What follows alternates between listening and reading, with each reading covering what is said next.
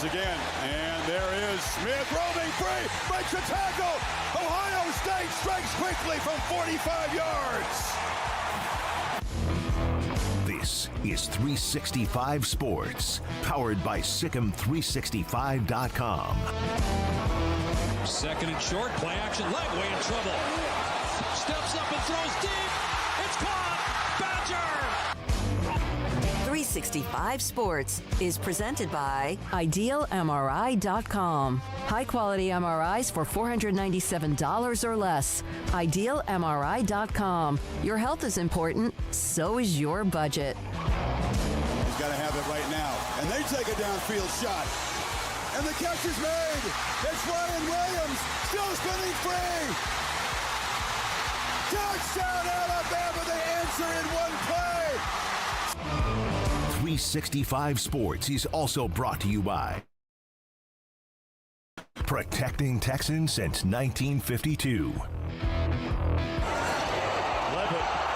going to escape from harm and do more than that.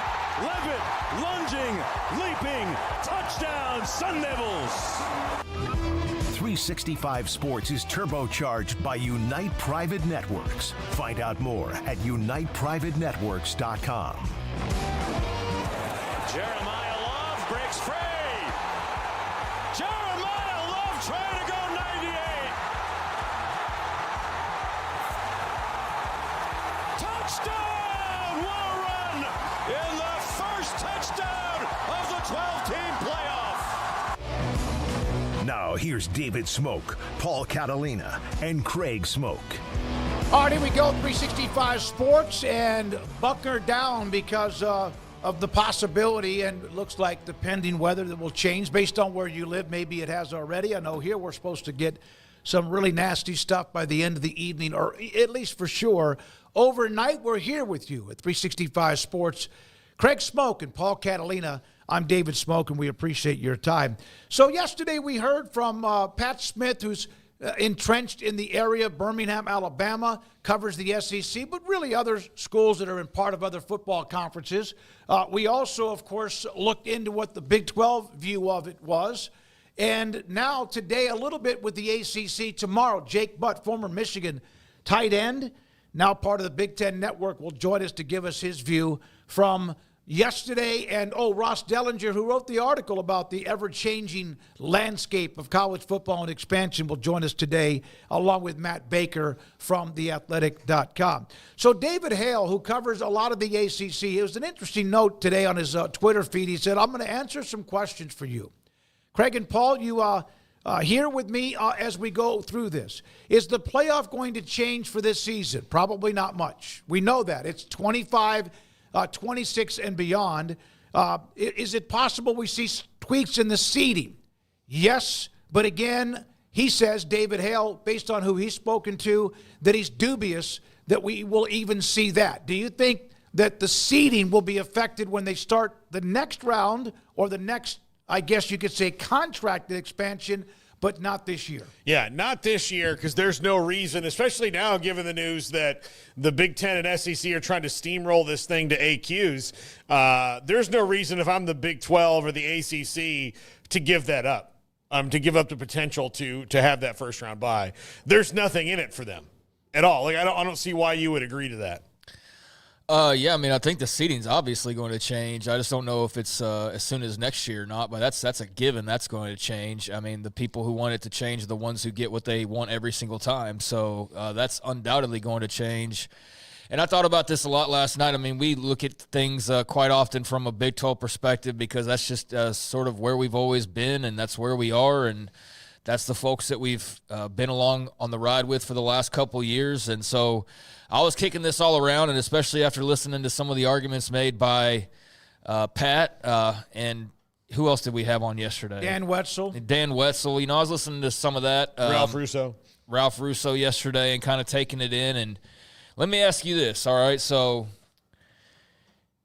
the Big 12 is in a spot where if yesterday's news, which again is just floated out there, everybody reacts to it and they address it accordingly and they move on. It's like that's what I feel like when Ross dumps a big article. Like a it's always balloon. it's every time. It's always like a test balloon. So it's like he's got great stuff, but I also know what it's coming from. It's coming from the people who want it out there to like be fodder and to be talked about and to get a reaction to. And so it's a successful strategy because everybody always reacts hugely to Ross's big articles like that.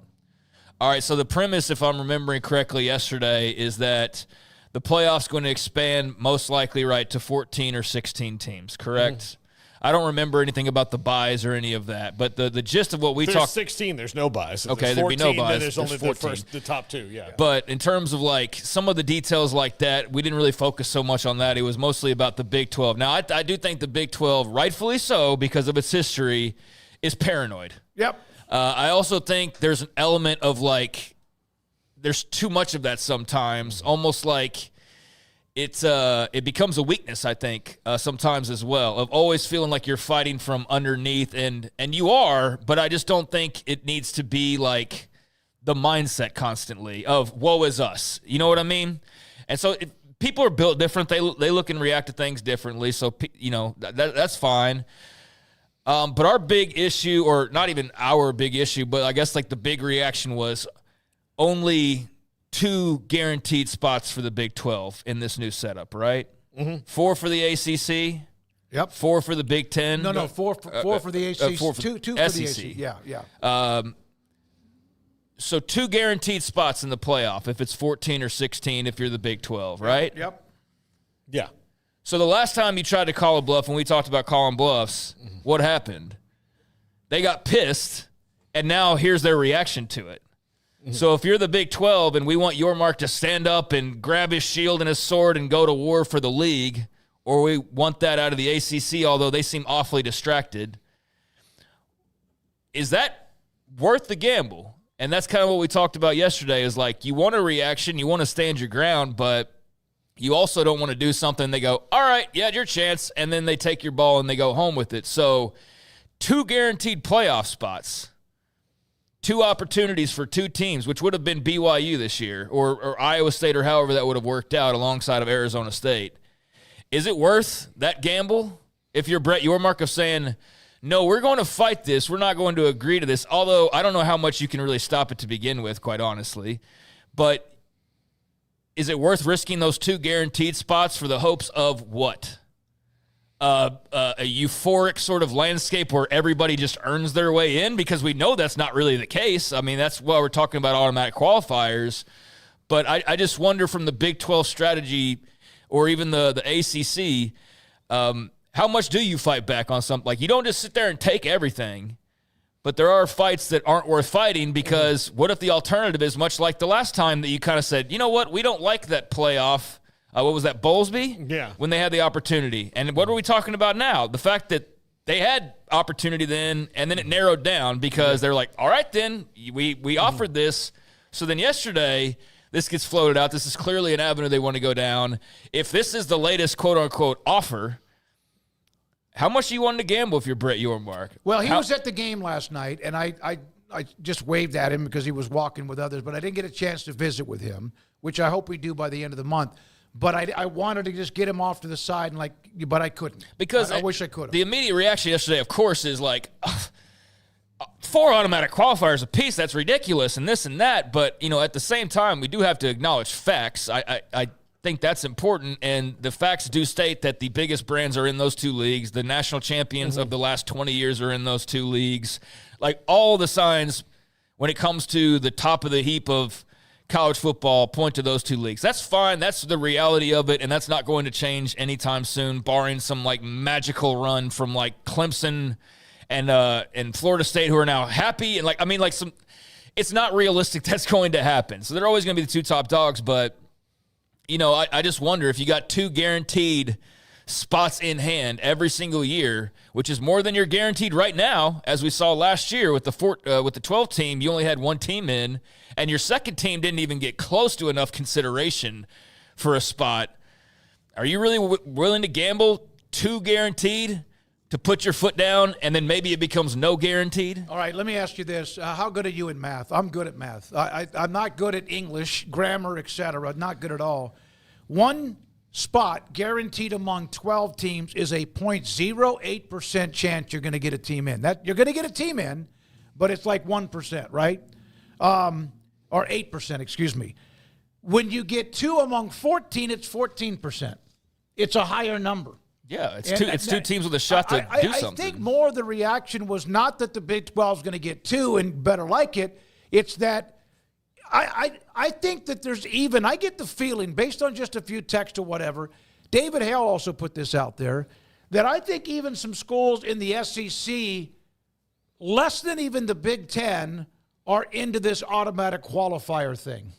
Why would that be? I don't think because maybe they think they should have 6. I don't know.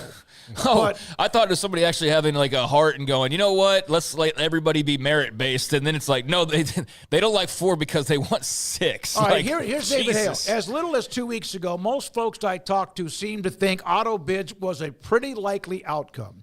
But over the last 48 hours, I've talked to a handful of ADs once pretty confident in the 4-4-2-2 model who are now less so. Still possible, but as one AD called it, it's a long putt. In other words, the percentages go down the longer the putt is. So who's that from? This is from David Hale, who covers college football. Why? Public backlash, for one. The idea of an invitational, as Jim Phillips has called this plan, isn't well liked, as the folks like Ross Dellinger and college football Heather Dinich have reported the pressure from the SEC isn't as uniform as in the Big Ten, and he gets into that a little bit later on in this thread. Yeah, I mean, if there's a actual, like, let's do what's best for everybody type of mentality, then that's unique and kind of refreshing. That's why I kind of am side-eyeing it, though, because it sounds unrealistic that that's the case, because everybody is as selfish as imaginable. Don't be so pessimistic, Craig. Yeah. No, I'm confused as why the SEC would want less, or not guaranteed. Well, here's the thing I've always, I know, and I've always kind of believed this about Greg Sankey, is he's very good at playing both sides against the middle.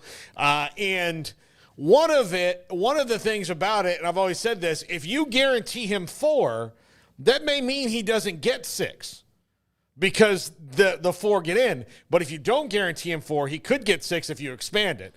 So that's a good point. Yep. you run the risk of that. So I think that, when I was in college, the government in Florida got rid of quota systems for hiring things because what they found was it actually lowered the diversity and this is a Republican-run government. Jeb Bush said it actually lowered your looking at all the applications, because if you have to get so many of one thing, then you put everything in the pile, you get to 7,000, okay, 7,000 of this box, 7,000 of this box, 7,000 of this box, and then you get into this big stack of people who haven't hit the quotas yet, and then you start going in, and then you're just kind of not doing it. And if you just don't look at that, if you just admit people based on the merit, then it all evens out. To me, should always be the case. Yeah, exactly. So, but with the playoff, the same thing. Like if you tell the committee you have 4 of these, 2 of these, 2 of these, then how discerning are they going to be filling out the rest of it? That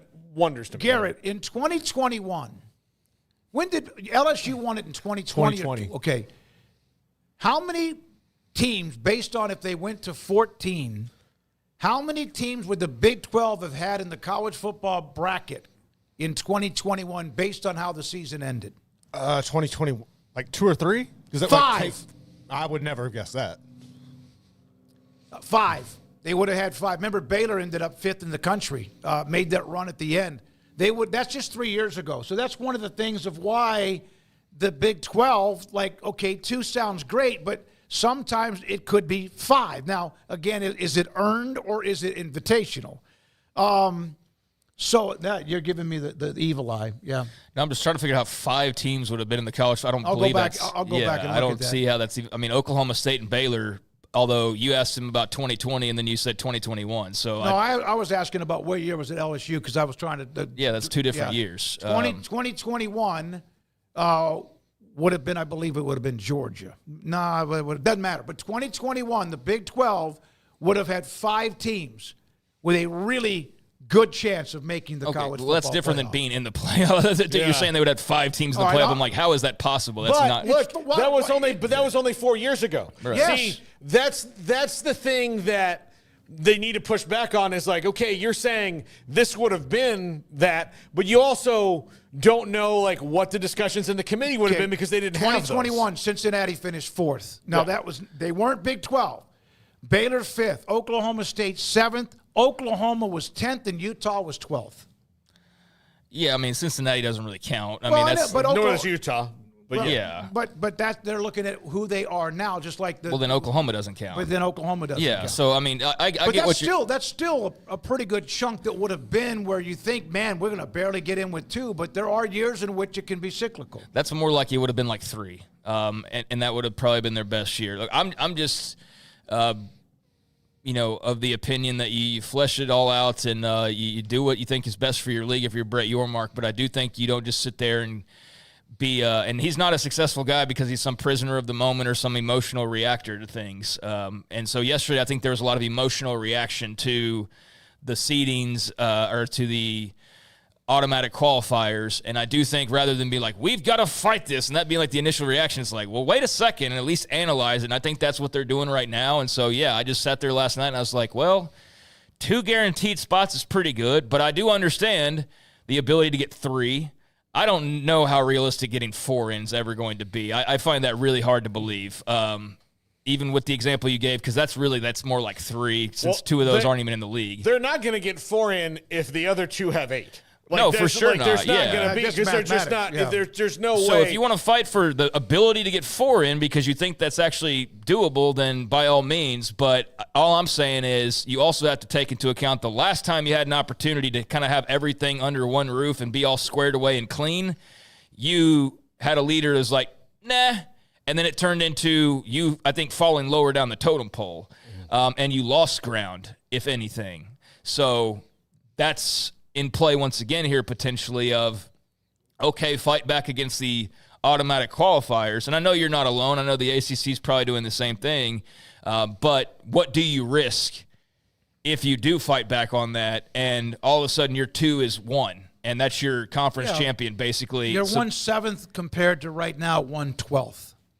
Yeah. So that's what Brett Yormark gets paid big money for, and the presidents and the athletic directors and all them to figure out. And hey, I'm just throwing thoughts out there. Not saying one approach is better than the other, but it's not as simple as just we're going to fight against this and they're going to have to listen to us. It's like, no, not really, not necessarily. I mean, you can call their bluff and assume that they aren't ready to call you back, but they might be. You know what I mean? Yeah. And so that's the gamble you're taking, and that's what will be interesting is just the whole purpose of what we're talking about here. I don't know what you do in terms of how you politic this if you're certain leaders like Brett Yormark, but it is something, a presentation that when you do read through it, like I know most people outside the SEC and Big Ten don't care about the scheduling aspect of it, but when you do read Ross's article, like a lot of stuff gets answered this way. A lot of things would seemingly be a little bit cleaner potentially than they are right now. And you know, what do you risk in terms of you're still part of that Power 4 group that's seemingly trying to break off in its own way to legislate and do all these things? You know, how much is that still in your control if you then say, no, we're going to – and they go, all right, well, then you have less of a say than you had. So, like, that's the gamble that you have to take, or that's the risk you run, you know? That's why, you know, in the last 11 years, had there been a 14-team playoff, how many teams would have been in 7 or more of those 11 years? What? Because I think what we do, and I do, 8 or 9, because it's always the dudes. But some of those dudes like have been 3. red hot. It's a little bit more than that. I mean, Alabama again. Ohio State. Bro, what's most jerseys sold all time? Most Hall of Famers, most high. Like it's the same 5 teams. Alabama, Ohio State, Georgia, Clemson, Penn State, and Oklahoma. Okay, and Oklahoma's fading. And then you have teams like Texas and others who are starting to kind of remake themselves. But see, and that's where you have to fight back on the SEC numbers, because since the 4-team college football playoff, Alabama populates that mostly. You know, like that's their, like, hey, we're good, and then they always have a second team. But the other one rotates around, much like every other league. They just don't want to point that out to you. That, I mean, Alabama completely skews this number. Ohio State is the most consistent Yes. big boy school and has been for years with a little bit of turbulence in and out. Okay. But Alabama, the run under Saban was stupid, and maybe we'll never see it again. No, we won't. I don't think we will. Yeah. So, like, they have this gigantic mathematical outlier that is aiding their propaganda in Alabama. It's not propaganda because it's actual evidence. But No, but I mean, like, no, their propaganda isn't that they've won national titles. It's that because Alabama's won so many national titles, Vanderbilt is somehow better. Oh, okay. Like, that's what their propaganda is. So I think that if you're going to push, if there's a big enough court of public opinion in your favor to push back, that's really the only thing you can use. To Craig's point, like, how far do you push it and see that? would you? Would I? You know what? I probably would. All right, because I feel strongly enough about the integrity of the playoff that I would really push it. And the one thing I would do that they don't do enough of, if I were Jim Phillips and Brett Yormark, I would be absolutely out there doing what Sankey does and going scorched earth on them for effing up the integrity of it. You brought it up. Would you push the envelope? I don't know. I just brought it up because I was thinking about it last night. I don't know what I'd do, and I don't have to make that decision. I think you have to be very careful, though, because we can sit here and, like, this isn't about the tournament in March. That's a separate thing. So let's just talk about what it is. It's about football. It's about football. It's all that matters is football. Not to say other sports don't matter before we get, like, the sensitive person, you know, that takes that the wrong way. But it's about football, so, you know, you still have a whole other conversation to have about the basketball side of it, and you will be much more represented in that conversation along with more like-minded people like you. So I think you feel good about that one. On the football side of things, though, I don't know how strongly you feel about that because the advantages all lie in two courts, and those two have a stranglehold on pretty much everything. So call their bluff if you feel like you've got, you know, the right hand, but I think you also do run the risk of whatever you do have as a power conference in terms of having a say in legislation or things of that nature. You might not have that on the other side. And let's face it, the 2025 playoffs is going to be what it is. After that, it's gloves off. They're going to be the ones running it, basically. Yeah. So You're going to sit there and call them and say, like, you're not going to do S to us. And then in 2026, it's like your champion will make it. And beyond that, like, you might not have anybody in here for all we may not even include him or her. I had this, though. So the Big Ten and the SEC, this is not a poor, pitiful me scenario. This is why would you not fight because of this reason? The SEC and the Big Ten already get more money than everybody else. The Big Ten gets more than the SEC, which sometimes it's overlooked, but they do. Now they're getting the majority and the larger piece of the pie when it comes to the expanded playoff, the one that right now is 12 and for next year will be 12. How can you, if you are the ACC or the Big 12 or anybody else, Notre Dame can handle this. How are you ever going to get on an even footing if you keep losing money every time money is given out? Guys, I hate to break this to you, but it should be clear by now. You're never going to make that up. I'm not asking. No, not make it up. You're never going to get to that. That's never going to happen. Never, unless you somehow, there's another in so many years changing of conferences. But you are falling further and further and further behind the curve.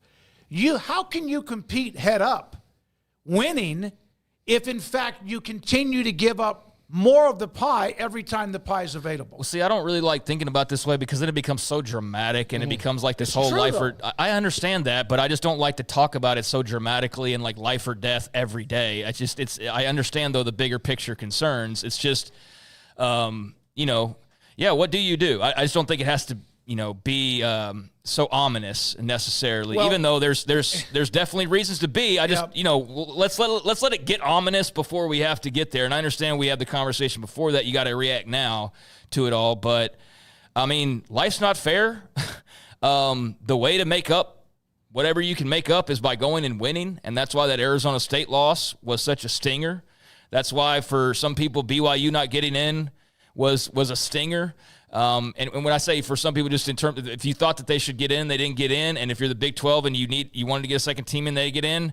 That's a bummer. There's others that maybe felt like, the committee got it right or whatever. But if you felt like there was a real shot to get a second team in and maybe a team that could go and win a game and you didn't get that, then that makes that Arizona State loss hurt that much worse because that was your one shot and it was right there and you couldn't connect with it. And unfortunately, outside of connecting on those big at-bats, I don't know what you can do. There's not some magical network that's sitting there going, we're going to compete with the SEC. We're going to just, for no reason really, we're just going to dump globs and globs of money onto these conferences to put them to an even level. Like, that's not going to happen, okay?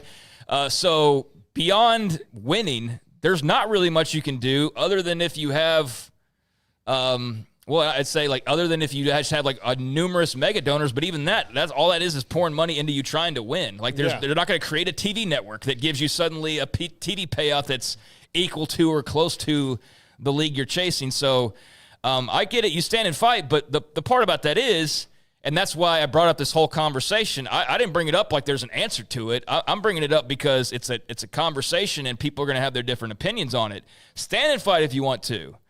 But if you get your arm chopped off and all of a sudden you look around and you're rolling around with one arm because you decided to fight back rather than hold on to the two that you have, well, that was the risk you took, and now you've got one. You had two guaranteed, but now you just have one. So, maybe that's the way it works out, or maybe you take your big swing and maybe you lop one of theirs off, and now you've got three. I don't know. That goes back to the root of the entire conversation is what do you do? If you are Brett Yormark, for example, how much do you push back on what's guaranteed versus what you think you can ultimately get, knowing full well you're not really in control of this thing. And the only way to be in control of this thing is to have your teams go on some type of phenomenal run of winning when they're already at a huge disadvantage. And that's, going to be difficult to try and string enough winning together to be impactful enough to change anything that's going on right now. Because even the SEC's dominance, we're talking about something that's been built up over 20 years. Yep. Mm-hmm. And 10-plus national championships by 5 schools? Mm-hmm. Like, that's not happening. Yeah. I hate to break it to you guys, but that's not happening. So, yeah, that's the quandary that you have if you're these commissioners. What would the SEC have said, and this is kind of a little bit, what would they have said back in 1997 or 8 or 9 had they had this expansion and they would have gotten 2 automatic qualifiers? Because back then, who ran college football? The polls. Yep. So they wouldn't have said anything because they didn't have a say in anything. But the Big 12, Big 8, Big 12, the ACC, not really. That's a great point, but the problem with that is you're talking about the 90s. No, we're I'm just in saying, 2020s. Yeah, I still think there's a point to be made about you're not going to ever have the money the Big Ten and the SEC have. That doesn't mean you just lie at it and you just deal with it. No, but But you're getting further. Like, for example, when they expand to 14 or 16 or whatever they end up doing, and you continue to get less year after year after year. Now what is 30, 40, 50 million? But you're not 60, 80, 90 million. But like we said, they're getting more out of this. So you want to if you want to fight for more than more. I'm talking money. Yeah, they but are that's still playoff getting spots. Yeah, that's playoff if they're getting 4, you're getting 2. You're losing 2 spots every year. Yeah, but you're not going to ever close the money. Like that's, I mean, no, but you aren't going to close the money. But if you're going to increase and even like incrementally close the gap so you can remain competitive, I don't think you can do that by rolling over. I don't. I think you have to fight. Well, they've as already hard as done you can. that. They've already given up the money part of it. So Remember, that was part look, of the deal. and that's part of this is look. In the ACC, Jim Phillips has his own problems, but he's not a guy. He's not a guy who's going to go out there and say, "Aren't we about the spirit of competition here? Look, let's expand to 16, but no automatic qualifiers. It's going to work out for you guys anyway."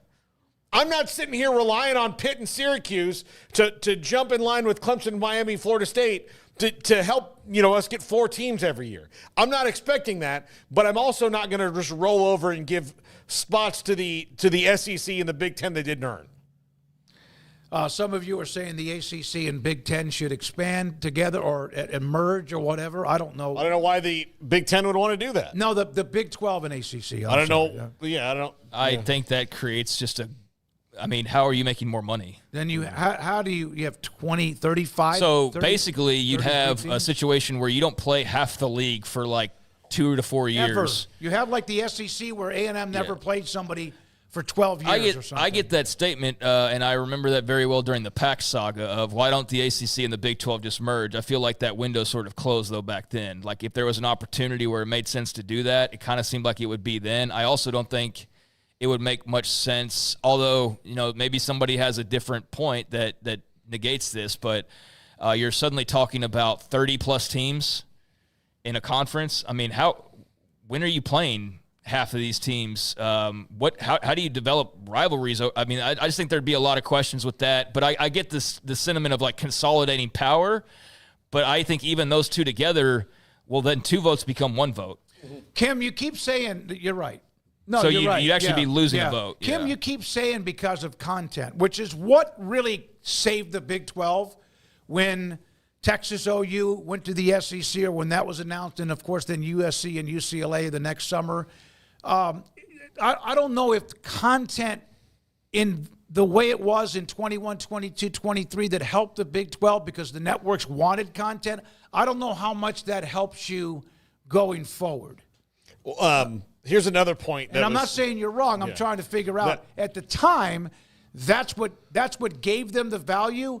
They already have the content. I think what's happening now is you're actually looking for exclusive premier content is like the thing you get now. paid more than you're getting It's now. not like a bunch of stuff. It's like premier stuff, and that's why the conversation is, how can we put Ohio State and Texas in the regular season as part of a challenge? Like, that's where they're going as opposed to more games. Yeah. So the best thing that the Big 12 and the ACC can do is do the same thing because that would make sense. That would make sense. Yeah. Like, now, granted, is Ohio State and Texas gonna blow as many skirts up as Clemson versus Utah? No, but Clemson versus Utah still a pretty damn good game that should get a big number. So I think it would be smart to do a challenge just to have that in place. I think that would be a solid way to have a good non-conference game against a fellow opponent, and that would make some sense to me. Yeah. One more point before we. By the way, move Seth on. Greenberg is next to talk college basketball from ESPN College Game Day. He's next. So one more point on that. Joe Zay said private equity now to close the gap. Okay, let's say the ACC and Big 12 get private equity and start to close the gap, and then another private equity group, or maybe the same one that just has so much money, then gives money to the SEC and the Big 10. Then, the SEC and Big 10 don't have to seek it out as much, but I just know that if there's money to be taken, they will take it. Yeah, exactly. So I think you might close the gap. I don't know how long that helps. And you're not going like a private equity to close the gap year over year would be a gigantic investment to bring them up. And then I'm sure there'd be some private equity firms that say Smoak Private Equity decides, you know what, I'm all about the Big 12. God, that's what I should have done. That's what I should have done. There's a $40 million gap. We're going to make sure all 16 schools close that $40 million gap. Done. Yeah. Okay. To the financial people in there, I know that's not really how this works, but say that's the goal. The minute you close the gap, Catalina could be like, you know what? That SEC is a lot better of a payoff right now, so I'm going to put the gap back. Back to private equity, when that was first brought up by the Big 12 about a sponsorship or whatever, or help, and it was like looked at as ew. And it was just recently when the Big 10, there was discussions about private equity being a part of what they do. Because when we see something that's new, a lot of times we're like, oh my God, and sometimes after it marinates a little bit, it does seem to be a pretty good idea. Yeah, I mean, private equity is a legit thing to bring up, but I think where my mind immediately goes, and I know it's more nuanced than this, is it goes to, well, if that works so well, then guess who's going to go? Us too, and then they just blow right past you again. So that's the only issue I see with that. Or if it works so well, why would they just not do it with the SEC and Big 10 and make it even wider? Yeah. Well, the SEC and Big 10, because they don't need it, may watch to see what if happens. If they don't need it, why are they wanting more percentage of the playoff money? But they don't need it, but they want it. Yeah. But they may say it may be too much of a risk for them, but if they see that the ACC and Big 12 do it and they go, oh, okay, well, that worked. Yeah, well, and we didn't think it would. And I know we got to go, but, yeah, this is just based on me sitting there talking to myself last night basically about weighing the risks if you're Brett Yormark, and calling bluffs and trying to, put your foot in the ground and take a stand for something different than what's being proposed. So, I mean, I know people probably have varying opinions on it. I don't think any opinion's wrong. Like, to me, like, that's why I made clear at the start of the show, this isn't me saying this is the way it should be. It's just pondering, like, man, what do you do? And I certainly don't have the answer. I'm not quite sure what I would do if I was asked right now, do you stand and fight for less AQs in the hopes that there are years where you get 3 and 4 in versus the guarantee you get 2 in? And that's what you're weighing right now. So I wonder, or I appreciate anybody's thoughts on what they would do or what they think about Appreciate that. those of you joining us here on YouTube, 365 Sports, and also on our Twitter feed at 365 Sports YT. Coming up next, Seth Greenberg of ESPN on men's basketball. Last night I was at the game until about midnight, Arizona winning at Baylor. There's more games going on. Houston has a 2-game lead. The Alabama-Auburn game from back this past Saturday, and looking forward who he thinks, how many teams can really have a chance to win a national title when it comes to men's basketball. Is it any more different of a number than it is when you start every college football season? He will join us. Ross Dellinger, the troublemaker, he never sleeps. He'll join us today at 4:30. We'll also have Matt Baker from The Athletic, covers college football at 4 o'clock today. Off the radar, we look at Cincinnati's schedule in 2025 and Paul Catalina and his top 5. This is, we appreciate your time, 365 Sports.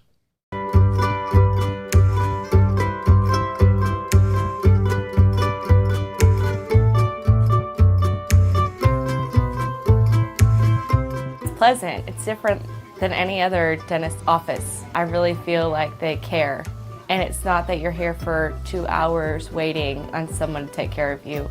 It's quick and easy, and I bring my kids, and my kids love being here too. They really love the treasure box. Staff is really nice and accommodating, real friendly. You feel more like home. It's not sterile looking. Everybody has their own personalized rooms with decorations and decor, and they'll even have a blanket for you when it's cold. I've recommended people to actually come here, and they are patients now. I really love it here. It feels like family.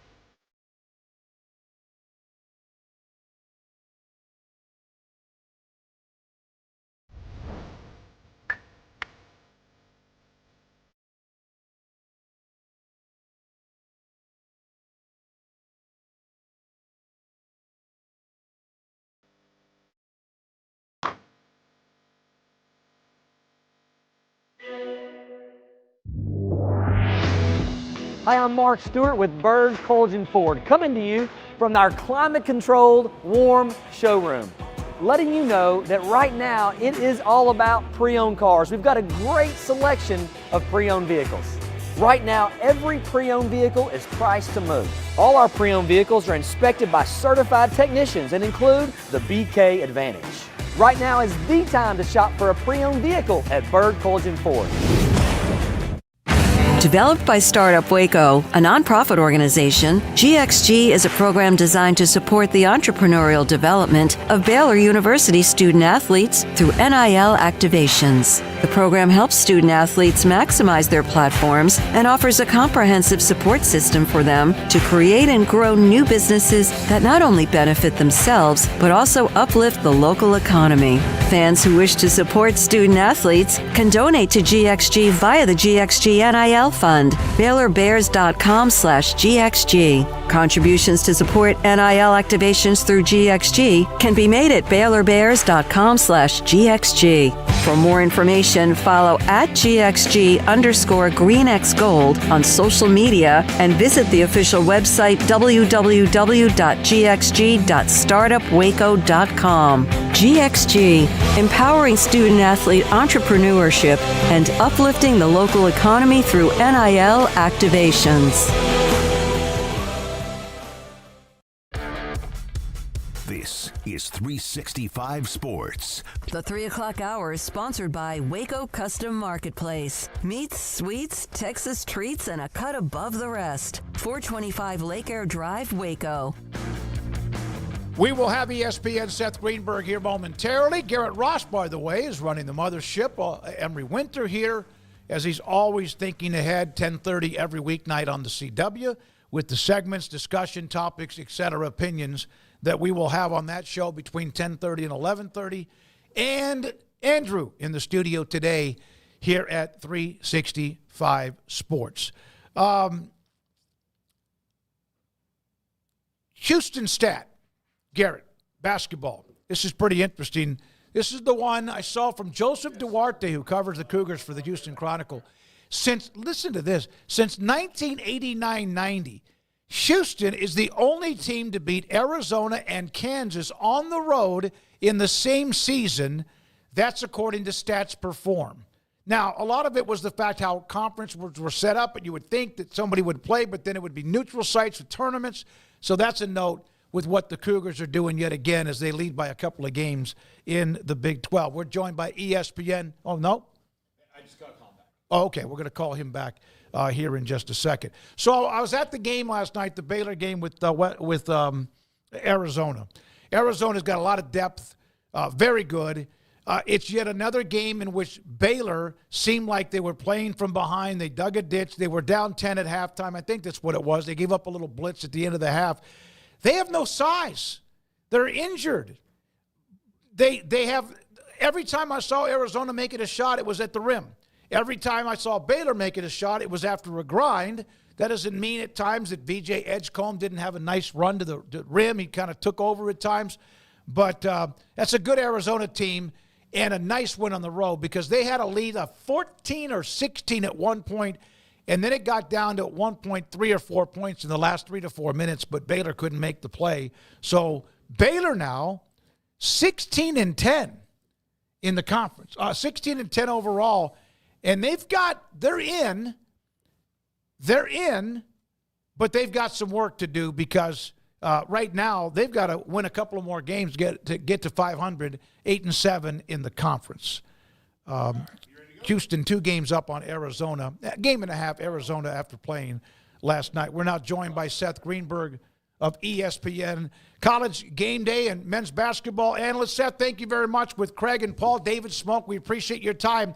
When the season starts every year, how many teams, in your opinion, legitimately, even though it's a wide-open bracket, actually have a team or a program to win a national championship? Well, it's two different things because there are a lot of programs that could win a championship in any given year, but in a given year in terms of teams, probably 10. I start the season off with 10. It's a little lower right now, to be honest with you, but on the other hand, the season has been so bizarre with injuries and with team, look, I mean, Duke and Auburn has kind of separated themselves, but, Auburn, they've had suspensions. Janai Broom got hurt. I mean, you look at Duke, now all of a sudden Malik Brown is hurt. They're one injury away from Cooper Flagg of, just being another team.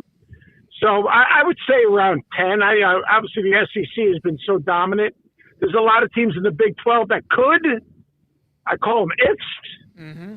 The bracket's got to break the right way. But there are good teams there. And then the Big Ten is, kind of been sneaky this year. We haven't talked about the Big Ten much. And yet there are good teams. I'm not sure there's great teams, but like Michigan State's deep and talented, and Braden Smith and Trey Kaufman-Renn, what's happening at Michigan right now with what Dusty May's doing with those 2 7-footers and how they play together. And, so the Big Ten's a little bit better, I think, than we give them credit for because they haven't had the success in postseason play. In the Big 12, Baylor lost last night to Arizona. I'll tell you this. If you had told people at the beginning of the season that Josh Ojawuna was going to be a key injury for Baylor, most of the fans would not have believed you, but they don't have depth when it comes to their bigs, and they certainly haven't figured out how to play mostly guards yet. What do you see as the future for them, even though they have some really talented guards, but not really being able to bang and play with physical teams? Yeah, that's the hardest thing, because Norchad, the first half, he didn't go close enough to anyone to foul him. I mean, they went with the 1-1-3, and usually when the pass goes to the baseline, he would X out, and the wing would then slide back into, play the post or the weak side. You ran a long X. And, he never moved. I mean, those were the easiest baskets that Arizona got probably all season. There's about 4 of them. I do think Scott will figure it out. I feel for Scott because, with one more big, with Ojawuna, I mean, they're a different team and they can play differently. I do think the 4-guard lineup, if they make the NCAA tournament, is hard to play against if they can stay out of foul trouble, because I think they got enough floor gamers and shot makers. I mean, Rob Wright, who would have ever thought he'd go through a game like he went last night with? Jeremy Roach not playing probably as well as they'd like him to play. VJ playing the way maybe you expected him early on. They're a big if right now. But you know what? I talked to Dan Hurley the other day. His team's a big if. And then you talk to Bill Self, and his team's a big if.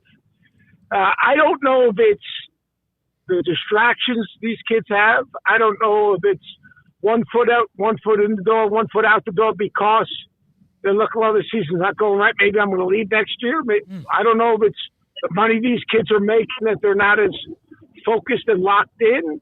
I mean, I'm not saying any of those are real, but there's something there, that's for sure, because the inconsistency that we've seen in college basketball this year is far greater than any other year in recent memory.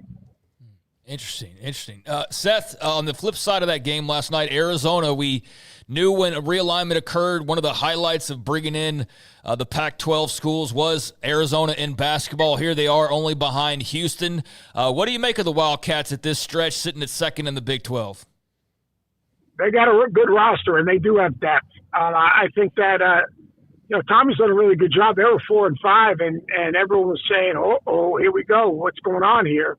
And he's made some great moves. Baysar is a starter with Alaka. Then he brings in, Carter Bryant, giving him a little more minutes, developing him. Not playing all 3 of those ball handling guards together. He was playing KJ and Bradley and Love together. Now he's kind of rotated them through, so there's 2 or 3 of them on the floor.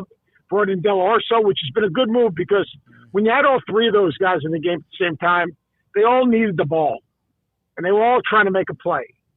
And you can't have everyone that's alike. You got to have one ball mover. And I used the stat yesterday in our halftime. In their wins, 61% assist rate. In their losses, 50. In their losses early in the season, 43 or 44. So Tommy's done a good job of figuring it out. I mean, he's a really good coach. He's a good guy. He's good for the league. I mean, you guys are going to have some great competition with him. Very creative coach, gets his guys to buy in, passionate. That's going to be that's a great addition to, obviously, the Big 12. We had an SEC analyst talk show host on yesterday, and most of it was about college football with the future moving forward after the playoff expands. But he was talking, he said, if it used to be you were a basketball school like Kentucky or maybe even Vanderbilt or Arkansas in the SEC, and now, Seth, they have 12 to 14 teams that could get in the tournament. They're that deep. What flipped the switch? Was it head coaching hires? What flipped the switch? Yeah, there's a lot of things. I think they, your investment equals your expectation. They invested in facilities. They invested in infrastructure. They invested in coaches. Now they're investing in NIL and portal money. They were ahead of the curve in a lot of ways in those areas. And they brought in sharks. They brought in really good coaches. They brought in some young coaches that have turned into sharks, but then they brought in, guys like Bruce Pearl, who's a terrific coach. John Calipari, and you go right down the list. Mark Byington's a young guy who can really, really coach. Dennis Gates, a young guy who can really, really coach. They've made really good coaching hires, and they've given them the resources. And that's the thing I always talk about the ACC like this. You can you can change all the coaches you want. And there's a changing of guard going on in the ACC. But if you don't give those young coaches resources, you know what? You're just going to be changing coaches every 3-4 years. So a university's got to make a decision. There's a cost of doing business. That's just the way it is. It's not changing. It's not going back. I think it's a little bit out of hand. We've got to find some guardrails. But you've got a choice. And if you want to win, then there's an investment involved. The ACC has had, by their standards, of a very proud basketball conference, one you coached in, kind of a down year, past the top about 5 teams, especially considering North Carolina really has just been kind of a mess this year. Seth, do you, outside of Duke, do they have anybody that can do what Clemson, like can Clemson do it again, make the kind of run that they did late in the season? I think Clemson can.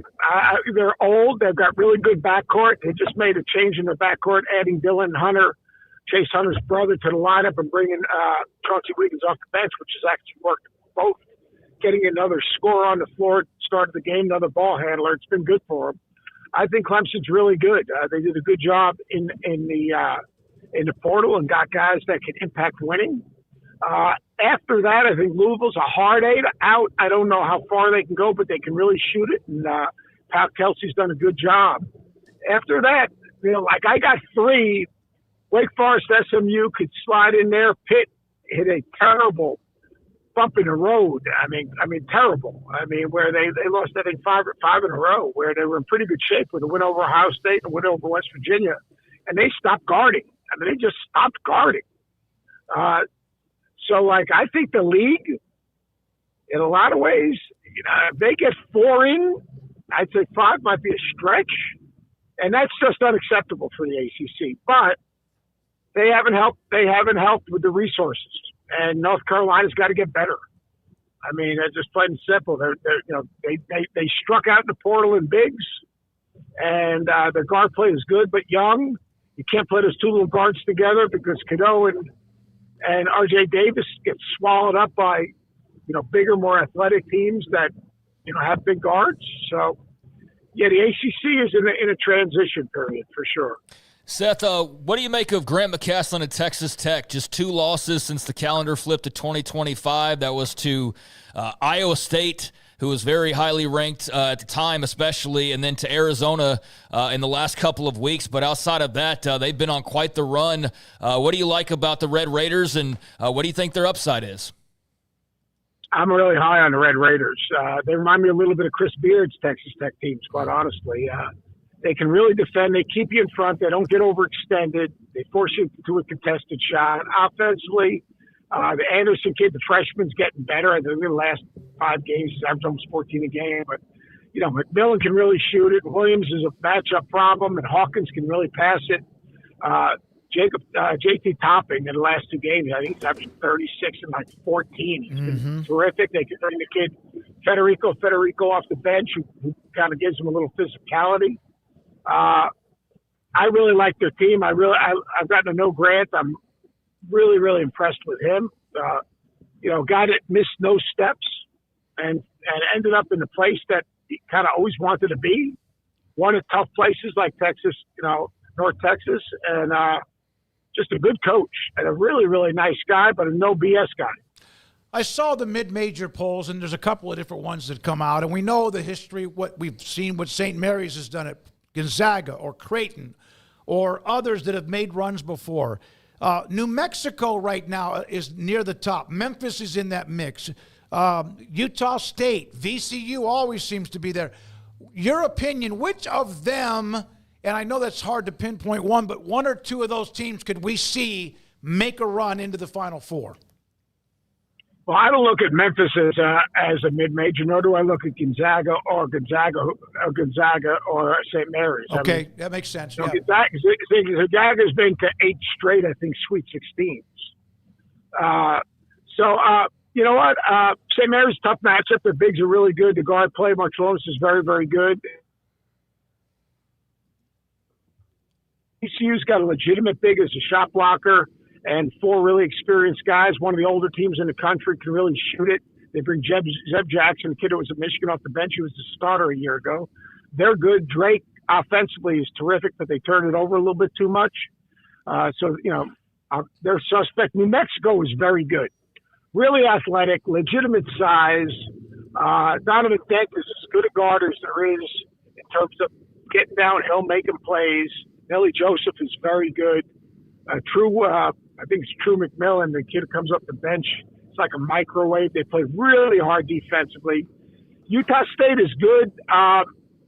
Struggled against the athleticism of New Mexico the other day, but they play Jared Calhoun, the coach there, plays like a matchup zone that's hard to prepare for in a short period. They do invert their offense some. So, they're good teams, like across the board.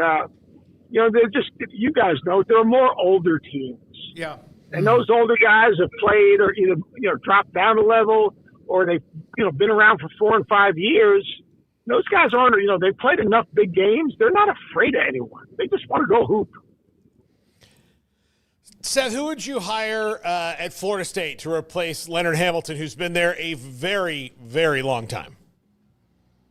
Man, that's a tough one. If I went with an assistant coach, I'd go Charlton Young, who's an assistant at Missouri right now, who's helped Leonard build that program when he was at Florida State. He's from Miami Carroll High School.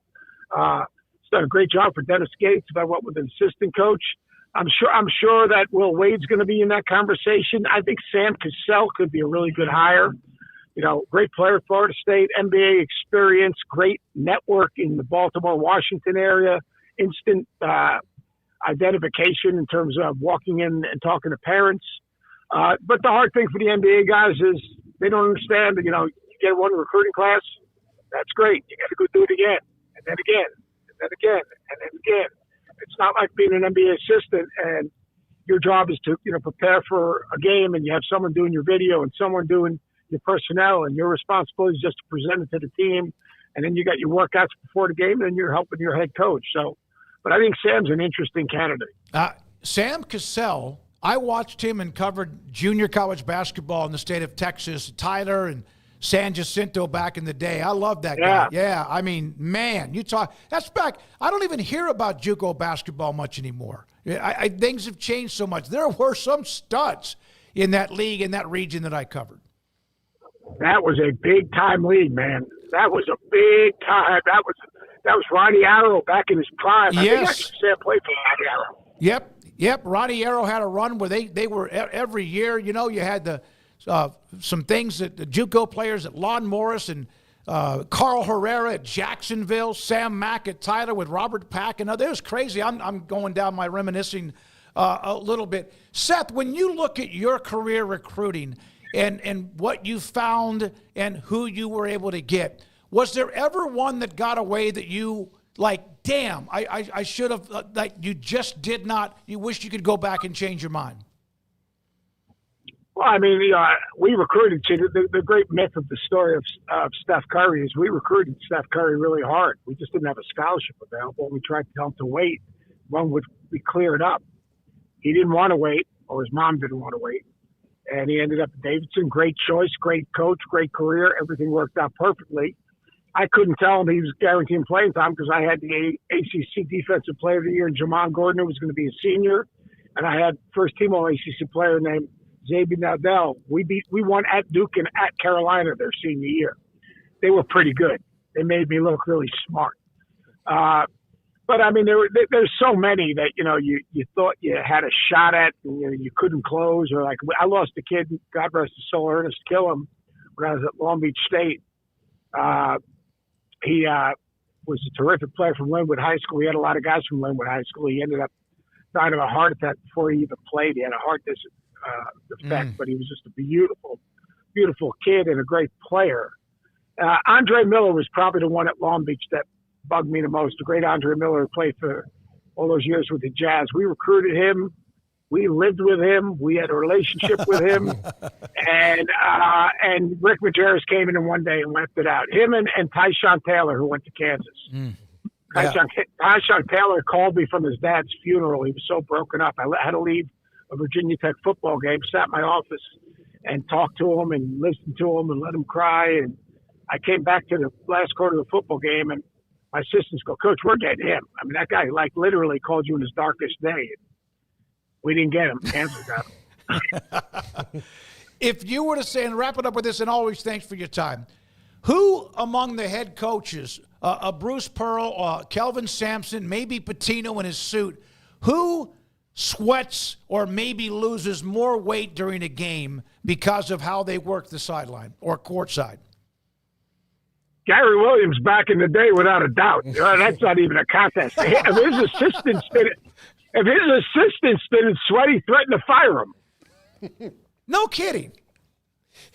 Oh, Gary was insane. But Bruce is in the short sleeve polo with the open button, so he works it pretty hard. I'm a little worried about Bruce. He got so red the other day. He needs to check his blood pressure. He's my guy, but hey, look, Danny Hurley gets after it. Coaching's hard, man. I mean, it's hard. There's so much static around these kids. They're hearing so many voices, and you want to obviously hear one voice. And the game is literally so much ebb and flow in the game. And then you've got the agents involved, and and the workout guy, like the agent. The agent might say, "You know what? You're in good shape now. It looks like you can go towards the middle to the end of the first round. If you want to, you can shut it down." Mm-hmm. What? Yeah. But that's real. I'm getting that from coaches saying, like, these kids don't, you know what? In the least bit of adversity, they're better off shutting it down, collecting their check, and you know what? They're not getting beat up on social media, and they're not getting exposed maybe potentially by playing bad. So we're in an interesting place. We still have great teams. We still have every single night there are great games. But it is surely much more difficult. People say, "Oh, the coaches are making so much money." The coaches do so much more than coaching. They're mentoring. They're raising money. They're building bridges for people to cross. They're making sure kids are responsible academically. They're making sure they're going to be good husbands and good fathers. And, they've got to appease about 8,000 different people per player. And there's a lot on their plate. And then, I'll use Scott as an example. I mean, Scott Drew didn't just wake up one morning and have a multi-million-dollar coaching job. Mm-hmm. I mean, people don't see the sacrifices. They don't see the time away from family. They don't see you working as an assistant coach. They don't see you doing laundry. They don't see you mopping the floor. They don't see you, getting in a car and driving 8 hours to see a recruit, turning around, driving back in the middle of the night like an idiot that could potentially fall asleep at the wheel. So, not everyone's making $1 million. Most guys are just making a living, and a lot of guys have their teams are members 16, 17, 18, 19, 20, or whatever it is, because they also have their own children to raise. So there's a lot more to it than people think. It's not an easy job. It's a great profession, but it's a hard job. Seth, thank you very much. Always appreciate the access. Greatness. Seth Greenberg with us, ESPN, college basketball analyst, ESPN, college game day too. Matt Baker, who covered Florida forever, the entire state football, Florida State, Florida, and many others with the Tampa Bay Times, now a part of the Athletic.com. His thoughts about college football, some of the stories and topics on discussion or on the table right now. This is 365 Sports. Baylor alumni fan engagement.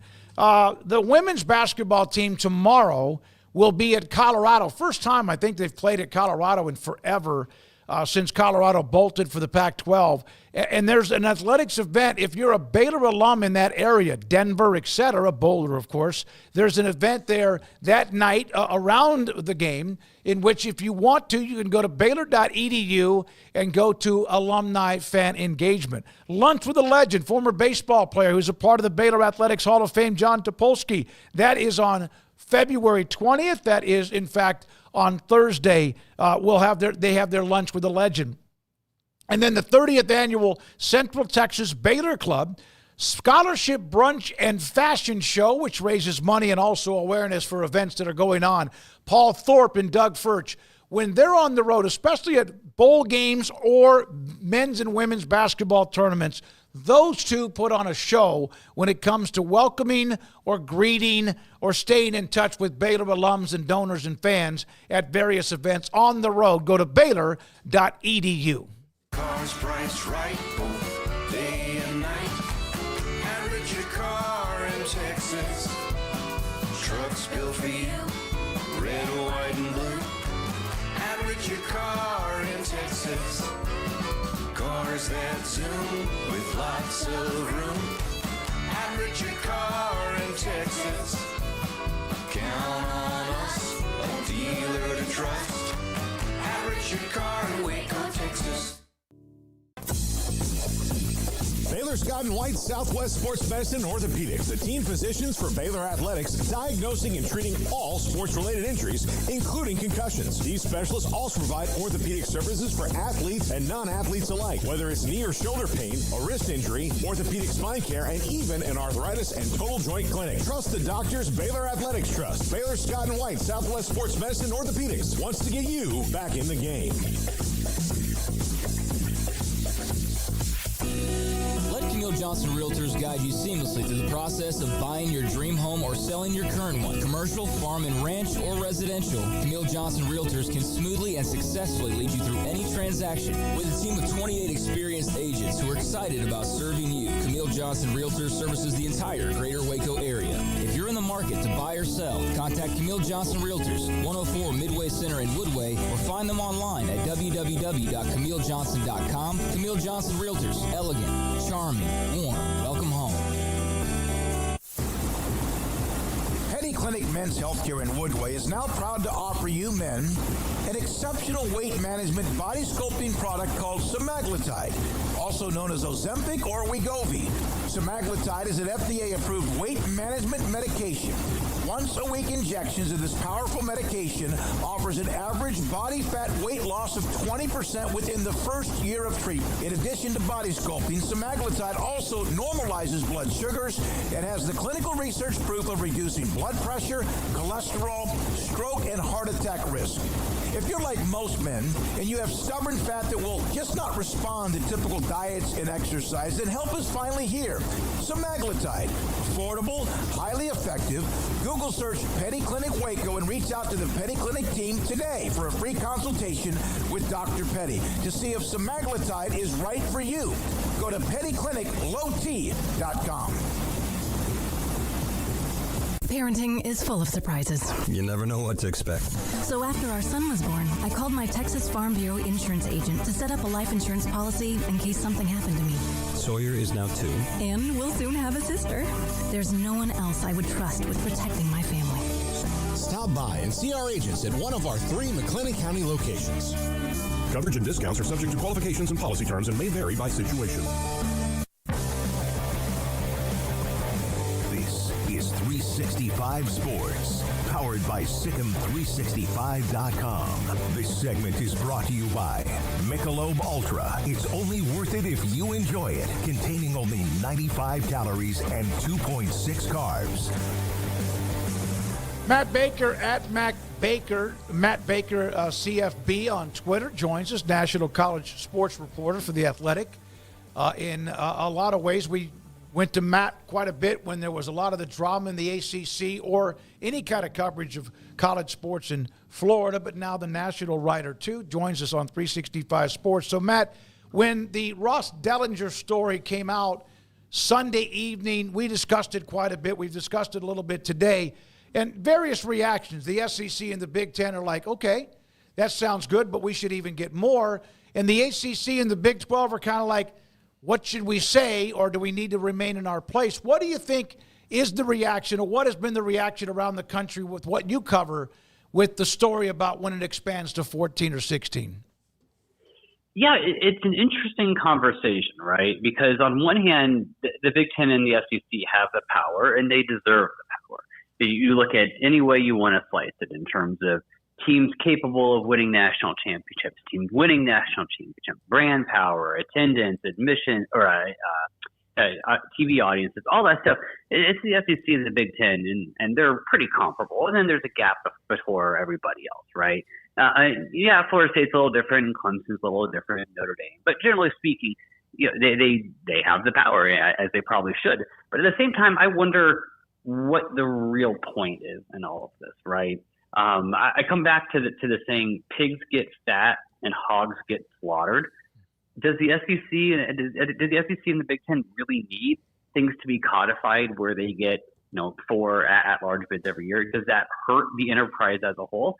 I think it might, where you start in knowing that the field is tilted in their favor. I think that's a potentially dangerous thing because one of the reasons I love this stupid sport is on any Saturday there's still the illusion that anything can happen, right? App State can beat Michigan. Florida State can lose to Jacksonville State. Weird stuff can happen. And that extends from one Saturday to the season as a whole, where you can have a Boise State make a run or IU or whatever it is. And we start codifying it where certain conferences have a built-in advantage, not just in prestige and money and all that. They actually have an advantage in making the playoff. I think that's a dangerous slope to go down. Matt, I used that same phrase yesterday when we were talking about it on the show in that, there's a lot of metrics you can throw out, although some of that might be fuzzy math because of, some teams are in different conferences since the last time that happened, or also NIL and the transfer portal didn't exist. I feel like this is one of those things that we see that happens all too often where they're really concerned about something that's going to happen 5% of the time and not the other 95. Yes, I think that's exactly right. And I see why they would want to protect themselves, right? For that 1 year it doesn't happen. And Alabama has a bunch of injuries, and Michigan State and Penn State have a bunch of injuries, or whatever it is, right? There are going to be situations where that happens. But most of the time, it's going to work out where this is about what it is, right? Where most years you're going to have the SEC and the Big Ten are going to have more. I just think there's a potential harm here because the real danger in this is not Alabama, losing 3 games and getting left out of the playoff. That's not the danger in this. Like, I understand that's terrible for Alabama fans and the sky is falling. I get that. The real danger, though, is if fans say, this doesn't work for me anymore. My team, whatever it is, does not have a real shot at this anymore. The powers, the separation is becoming too clear, the haves and the have-nots. I don't have a chance. My team does not have a chance because the field has gone too tilted against us. I don't care anymore. That's the danger here because we can talk about what slice of the pie the Big Ten and SEC should get. If the pie shrinks because fan bases give up, or they're not as engaged, or they're not as interested, that's the danger here. And I feel like that's something that everybody kind of has to understand. We've seen it in other sports. The rocket ship doesn't go up forever. Eventually it comes down. And if I were to come up to game scenarios where college football declines in popularity, this is one of them for sure.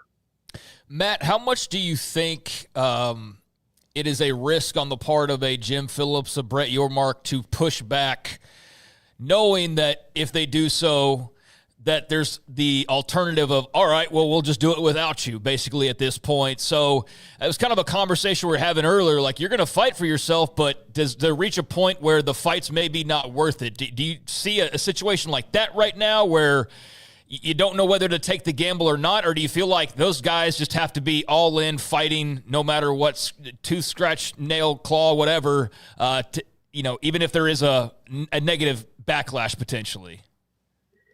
So let's game that out, right? So the Big Ten and SEC want something, and the other conferences don't give in. Okay, the SEC and Big Ten are really going to have a national championship that doesn't include Florida State or Clemson or Notre Dame or North Carolina or Texas Tech or Baylor or Boise State. Like, they're really going to declare themselves the national champions with, what is that, 34 schools, I think it is? I can never remember anymore. Right. But like, so a quarter of the country thereabouts, that's going to decide the national champion, like, for real? what do you get out of that? Like, I understand that people will care, but there is such a danger in declaring that we are the only teams that matter. Everyone else doesn't. I think you have to call their bluff there. And if they want to take their ball and go home, okay, take your ball and go home. The rest of us, other 100 schools or whatever it is, we're going to do our own thing and we're going to try and do it together. I just can't imagine it working out particularly well for the SEC and Big Ten there. I understand they have the power. I understand that he who has the gold makes the rules. I get that. I just think that seems like, man, what a terrible place for college sports that would be, right? If they actually decided to do that and say, we care so much that, screw the rest of y'all, we're out of here. I just can't imagine that happening. But it's also still hard for me to imagine, the Pac-12 doesn't really exist anymore. And UCLA's in the Big Ten and Texas and OU are in the SEC. Like, nothing makes sense. No, it doesn't. And I guess, and two, it wouldn't be necessarily fight till you burn the house down, but if you fight over the AQs, for example, which I think is what everybody's talking about these last 24 hours, do you fight and you have a guaranteed 2 in hand, but you fight and then you have 1 instead of, you know what I'm saying there? Of like, yeah, for sure. What's the battle to wage here? Do you get satisfied with 2, or do you like to risk your chances and maybe you only end up with 1 moving forward? I guess is more where I was coming from. I guess you can live with 2 because historically that's kind of what it's been. And again, it's really weird to like retrofit and reverse engineer playoff seedings because things have changed so much. So I'm a little hesitant to do any of that. But realistically, that probably makes the most sense.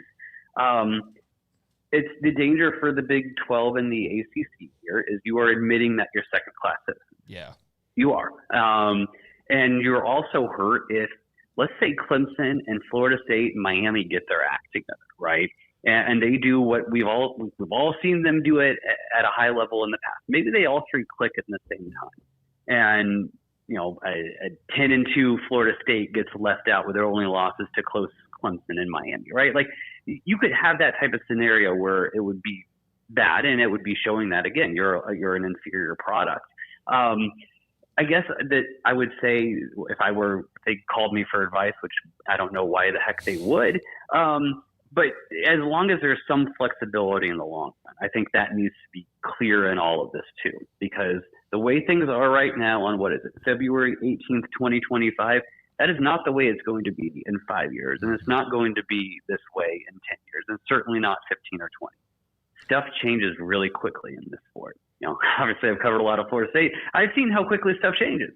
So my hope is that there would be some flexibility because everything is cyclical and things will eventually move around a little bit, and you have to be able to adjust to that. I cannot believe you did not think of the day that Rutgers and UCLA would play a conference game against each other. Who didn't see that coming, right? Yeah.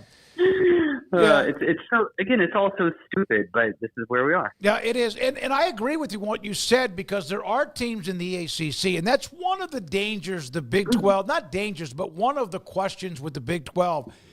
K-State had a run or two in their time. Bill Snyder, Gundy at Oklahoma State. Of course, they've been on the last year where it just did not make any sense. Baylor finished 5th in the country in 21. So there are teams, Utah, there are teams that have had their runs, but you wonder, will they have enough of those teams step up and become top 10 contenders consistently? Because Clemson, Miami, and Florida State is a great example. The ACC does have that to cling to. Yeah, those 3 programs have the potential. Like, if we're looking at, things are changing so much, but if we're looking at how many teams can realistically think they can win a national championship, I still say it's probably in that 15 range, plus or minus a little bit. I still think Florida State and Clemson and Miami, I don't see a reason why they cannot win a national championship. But I'd have to really, again, if we're coming up with 15, 16, somewhere in there, I don't think Utah is on the list. I don't think Oklahoma State's on the list. I don't think Texas Tech and Baylor are on the list. Can they be really good? Yes, absolutely. Can they be really good consistently? Yeah, if things break the right way and you got the right coach, yes, it could happen. But can they win multiple playoff games and compete and really win a national championship? I don't know that they can. And that's the downside for the Big 12. The trade-off is that it's a crapshoot on Saturdays where they're so competitive. And Iowa State's not much better than Colorado, which isn't much better than Kansas State, which isn't much better than BYU, right? And obviously Arizona State. They're all right there in that same kind of mix, which makes for really entertaining Saturdays. But it's hard for me to envision one of those guys making like a deep playoff run, and certainly not consistently like you could see Clemson doing again, or Florida State doing. Yeah, and I want to make sure I brought up TCU because they have had a couple of deep runs. For sure. Man, that natty blowout just completely negates what they did that year. I mean, it's like, if they beat Michigan, it's like, and then they got beat by 50. I hate that for them. Yeah. Matt, you had the article out last week talking about kind of the latest with the ACC and the Carolina Blue Project and North Carolina doing what we all suspected they were probably doing, and kind of getting their ducks in a row and making sure they're ready for whatever pivots they might need to make. Did you take that as positive news for the ACC, as negative? Like, kind of how did you view just that being out there and it not being so much of a focus on purely Florida State's trying to get out of the ACC or Clemson's trying to get out of the ACC? I took it as 100%. This is a really bad journalist answer. I took it as completely neutral. I'm sorry. I just did. Okay. I was not surprised at all. Like, this whole thing started because 11 months ago when I was at the Tampa Bay Times, I was trying to find out the legal contracts for Florida State and Clemson. I was curious about North Carolina. They were kind of a potential belle of the ball if they became a free agent, right? So I wanted to see if they were looking into this. And I had to fight with UNC, and eventually I got a legal contract. And then, again, it was not a surprise. Anybody in the ACC who isn't looking at potential realignment scenarios, landing spots, all that stuff, if they're not looking, then they're stupid. Right. Or it's just administrative malpractice. So, yes, of course North Carolina should look. To me, the story Brendan Marks and I wrote the other day on the Carolina Blue Matter, that was interesting because we had dollar signs, right? We had a figure, $600-something thousand over 23 months, I think it was. And they had a code name for it. And it was also a fight to kind of get that information. And it was, a code name rather than saying exactly what it was for. And even when we asked directly what it's for, they kind of hemmed and hawed. That's, to me, what made that interesting. But the actual idea of North Carolina looking around, that was completely expected.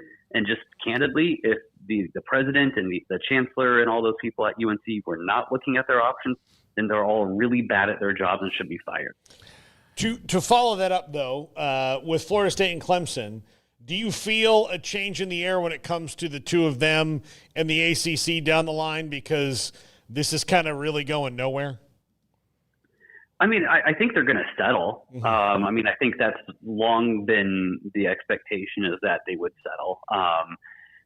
Neither side can risk things going to court and a judge saying this, ruling for the ACC, in which case Florida State and Clemson are screwed, or for Florida State and Clemson, in which case the ACC is screwed. Neither side can risk that. So eventually they're going to settle. And right now I would expect it to settle in a way that Florida State and Clemson can stay in the ACC in a rejiggered way that allows them the possibility to make more money and to close the gap with the Big Ten and SEC if they can do X, Y, and Z, right? When is that going to happen? I don't know. Could it be today? Sure. Could it be next week? Sure. Could it be in 3 months? Yeah, why not? At some point, though, it's going to get resolved, and I think it's going to be in an awkward way where Florida State has said for months, the ACC has been steering itself to an existential brink. Okay, cool, we're happy here. We're going to kiss and make up, and we'll be here until the grant of rights expires, or we can find another way out. I got to bring up your story, Matt.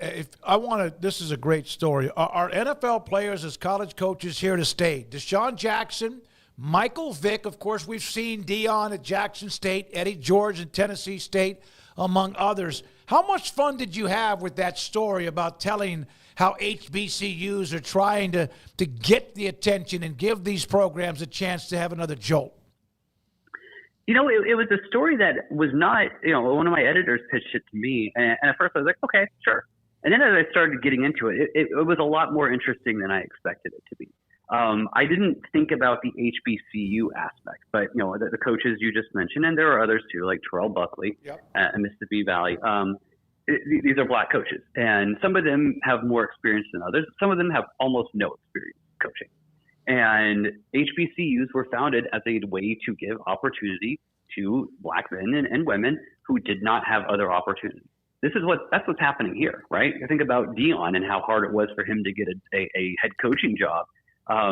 He didn't have other opportunities. So Jackson State gave him the job and he took off with it, right? I don't know that Virginia would have hired Michael Vick at this point because he has no experience, but Norfolk State did. So that was something that I didn't think about. And the other part of it that I really enjoyed is this guy, Rox's nickname. He was a tight end at Tennessee State, who was from Columbus, Ohio. And he was in the transfer portal when Eddie George got the Tennessee State job. And the first time Eddie George calls him, Rock just could not believe it. He said, like, he was stammering and stuttering through the first 5 minutes and just like brimming, just like so glad. Oh my God, Eddie George is talking to me. I am talking to Eddie George. He knows my name. And like, it's so easy in my business to get up, to get caught up in all the stuff that we're talking about with realignment and the sky is falling and all this stuff. It was so refreshing to talk to a 22, 23-year-old guy, however old he is, a 20-year-old young man who's so thrilled about the opportunity he got to play for Eddie freaking George. Yeah. And that just made me so excited to tell that part of that story, just because we all need this type of stuff, right? We all need reminders on why we love this crazy wild sport. And he gave me one, and I was appreciative of that. Yep, good stuff. That was a great story, Matt. Thank you for your time. Appreciate it. Keep doing what you do. All right, thanks, guys. Matt Baker, The Athletic, many years at the Tampa Bay Times. We had him on a lot during the FSU drama, saga, not just being left out of the playoff, but also then the pending catfight within the conference itself and the ACC. Yeah, I mean, he just kind of touched on what I was trying to get across earlier of the constant sky is falling. It can really wear on you. So, like, I'm trying not to take that approach with everything as though it's like the world falls apart if this thing doesn't happen quickly enough or whatever. They'll figure out the playoff. They'll figure out realignment. It's fun to talk about some of that stuff, but when it's always positioned as like, oh my God, it can wear on you pretty quick, and you do start to get, I think, worn out by certain things, especially like for me at one point, especially like a summer or two ago, just all the legal stuff. Just after a while, I was like, this is not why I like this. I understand its place, but it's not why I like it. So it's good in doses, but man, the sport, just being the stupid sport that it is why we all love it. It's supposed to be stupid. It's always been stupid. Now, I think it's gotten real dumb in certain ways, some of it overdue.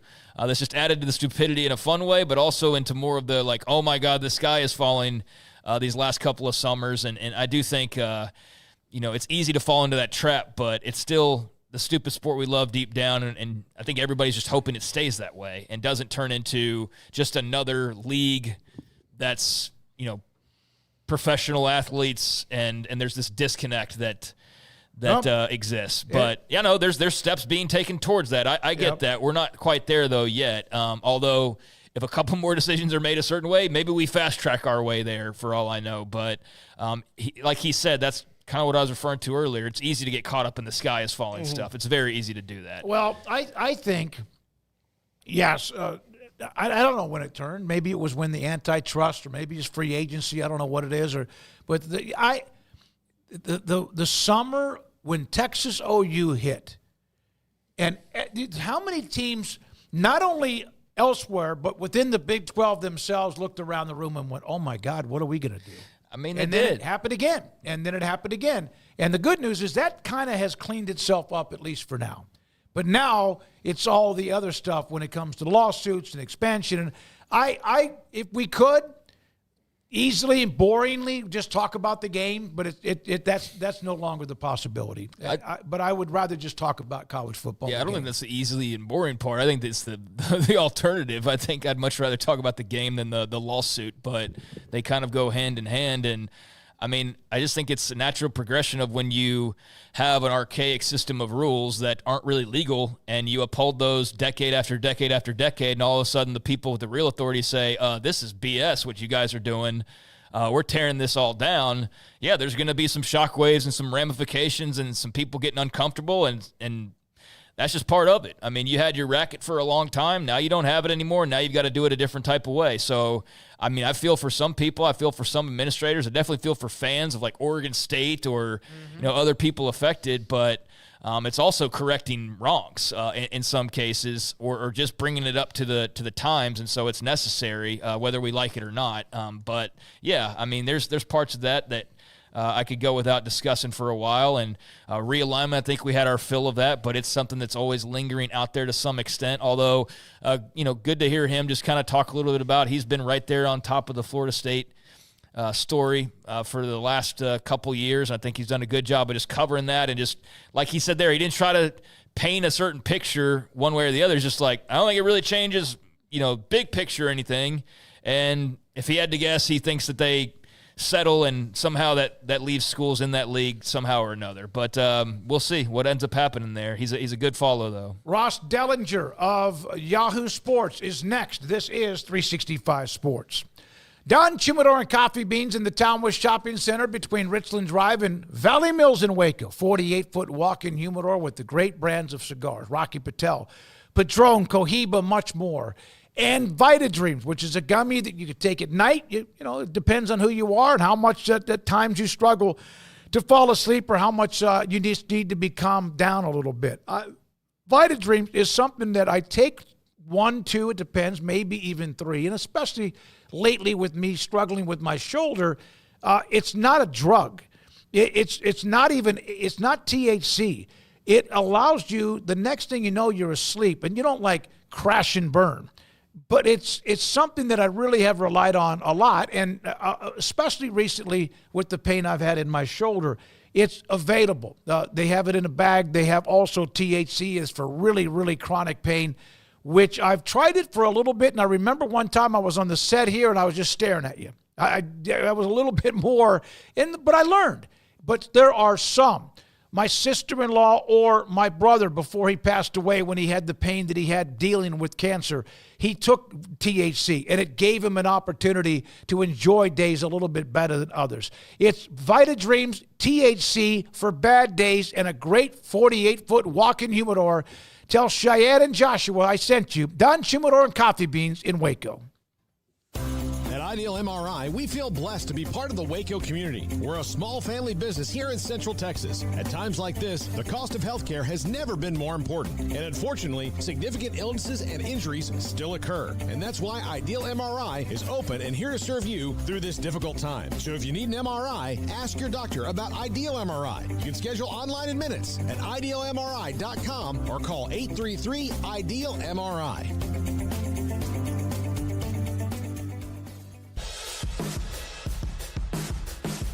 This is 365 Sports, powered by Sikkim365.com. The 4 o'clock hour is sponsored by Boozer's Jewelers, the wedding ring store, specializing in custom jewelry and repair, all in-house. Now here's David Smoak, Paul Catalina, and Craig Smoak. Welcome back to 365 Sports. Waiting Ross Dellinger of Yahoo Sports to come on and talk about his article. It's got everybody in a tizzy from yesterday, and I think we're starting to connect here. Ross Dellinger, Yahoo Sports. Ross, I got to ask you a question before we get into your article. Do you ever sleep? Like literally, you crank out massive stories and a lot of them. What is your schedule? Are you a night owl or what? How do you do all this? I usually try my best to get about 6 hours a night, but sometimes that doesn't happen of sleep. Last night I got 6.5 hours, so I'm nice and rested. Oh, you are. Just ready for your show. Yeah, well, I appreciate that. We appreciate that. Craig Smoak, Paul Catalina, David Smoak with Ross Dellinger. So obviously there's been a huge reaction to the story you had late Sunday about the expansion and automatic qualifiers. In your opinion, what did you see based on what you published and what the reaction has been from your end? Yeah, well, there's obviously been a pretty big reaction, even though really this is not too new of information. We've known this format has been out there since last spring. The Big Ten introduced this multiple AQ format during negotiations with the CFP last spring. It was shot down, or basically it was tabled. And so now it's come back up, and not only has it come back up, but the SEC is perhaps along for the ride as well in support of the proposal. But we'll see. There's a big meeting here in New Orleans tomorrow to discuss just that. But the reaction from those outside the SEC and Big Ten, it's been pretty clear. They are not in support of this. Ross, how do they push back on this? Because this is something that, like, if they expand to 14 or 16, they're going to get the teams they want 95% of the time. They're trying to ward off a mosquito with a bazooka here. Well, yeah, and I crunched some data in that story, as you probably saw, to see where, as far as conference participation, the number of teams in the top 14 or in the top 16 over the last 11 years in the CFP, and it basically comes out to the format, right? The SEC and Big Ten get about 4.5 teams each in the top. The average about 4.5 teams each in the top 14 of the rankings. In the Big 12 and ACC are about 2 each. In the Group of 5 is about 1 every 3 years, and Notre Dame is about 1 every year. So really, in this 4-4-2-2-1 deal, if it does go through, the G5 probably should feel the best out of anybody, because they rarely get a team in the top 14 every year. It's more like, again, every 3 years. So you're right. You got a point. They don't really need this. So why have it? Why propose it? I think it's about a lot more than what's needed. All these things are related. If you have guaranteed access, you can play a tougher regular season schedule. You can play these potential play-in games on championship weekend. The SEC might move to 9 conference games if you do this AQ structure. So there's a lot tied into all of this. Ross, what kind of a risk do you think a Brett Yormark or a Jim Phillips run if they try to fight back against this and the automatic qualifiers? Is there a chance that then Sankey and company go back to the table, the Big Ten, and say, all right, well, then you get 1 team in? Or, is there a big risk or a gamble, in your opinion, in fighting back against this? Although you feel like you probably just don't want to sit there and take everything that they're dishing you, right? Well, I'll go back to last spring, which was CFP negotiations over revenue and format. And the format discussion, again, like I said, was tabled, but the revenue discussion did go through, and everybody signed a memorandum of understanding that was tied to the 6-year extension of the ESPN television deal that runs now through 2031. And that's part of that memorandum of understanding. The 8 other leagues in the FBS agreed to cede decision-making power on format to the SEC and Big Ten, and they agreed to give the SEC and Big Ten a majority of the revenue. And you probably ask, why would they do those things, right? Because the SEC and Big Ten threatened to leave and start their own playoff. Right. And so that's kind of what happened last spring, and that's why we're in the situation that we're in here. Do you think, honestly, that the SEC and Big Ten combined feel like they can have a national championship without Clemson, Florida State, teams like that? I think they probably feel that way, yes. I'll give you guys this one. Many of the SEC ADs feel that they should have an SEC-only playoff and an SEC-only champion that is deemed by them the national champion. It's been something discussed in the room the last 2 or 3 years. That's how they think. Now, for the betterment and the whole of college football, we all know that's probably not great, right? That's probably not good. You want, and Greg Sankey, to his credit, has said this multiple times, you want a coast-to-coast, national championship. And, with this format, we probably are getting a little bit away from that. So, you know him. I've never talked to the man. He says things like this, but he does other things. What are we supposed to believe that Greg Sankey really wants outside of SEC dominance? Well, you got to remember all these commissioners, including Brett Yormark, work for a board of presidents, right? In athletic directors as well, a secondary board of athletic directors. And so what they want is what the commissioners are supposed to be fighting for. So it tells me if Greg Sankey is fighting as he is for these things that we're discussing, it's that the presidents and the ADs of the SEC want that. And I think, that's kind of where it stands. A commissioner is only as good and only is supposed to fight for what his members and his membership want. The money is obviously on the table. How much difference would there be? Is the money set, Ross, if it's 14 or 16? If the SEC goes to 9 games, there's got to be more money they're going to want from ESPN. How does all of that play into this? There's no new money for 14. If they expand to 14 in the college football playoff, there is no new money. It's in the memorandum of understanding that the playoff will be 12 or 14 teams, and this will be how, this will be the payout for that, et cetera. If they go to 16, ESPN will probably have to be more involved. I'm guessing that the commissioners and the leagues would want more money, having 4 extra games, right? In a 14-team playoff, you have 2 extra games than the 12, and the 16, you'd have 4 extra games when comparing to the 12. So you'd probably get, or you'd at least negotiate with ESPN for more money in a 16-team version. But in 14, there is no new money. However, there's new money in the as you mentioned, the SEC going to 9 games. I think there would be some new money there. Certainly, the league is requesting new money from ESPN and has been now for a couple of years. There's new money in any kind of play-in style tournament that you reimagine championship game, conference championship game weekend. Maybe you still have a conference championship game in the SEC and Big Ten, but you play your 3 seed against your 6 seed, your 4 against your 5, and all that stuff. So I think there's a possibility for new money there, and there's probably new money in an SEC Big 12 or an SEC Big 10 scheduling agreement. Ross, this is a part I've wondered about, and I don't know if they've gotten this far down the line. Who would be the conference champion if they played like a 4-team play-in or what? I guess if they did it that way, I guess whoever wins, right? But if there was a scenario where like the top 1 or 2 just automatically go in, and then let's say 3, 4, 5, 6, I've seen that kind of a thing proposed. Like, how would that work in your mind? Is it all just the conference championship doesn't really matter anymore, and it's just about playoff access?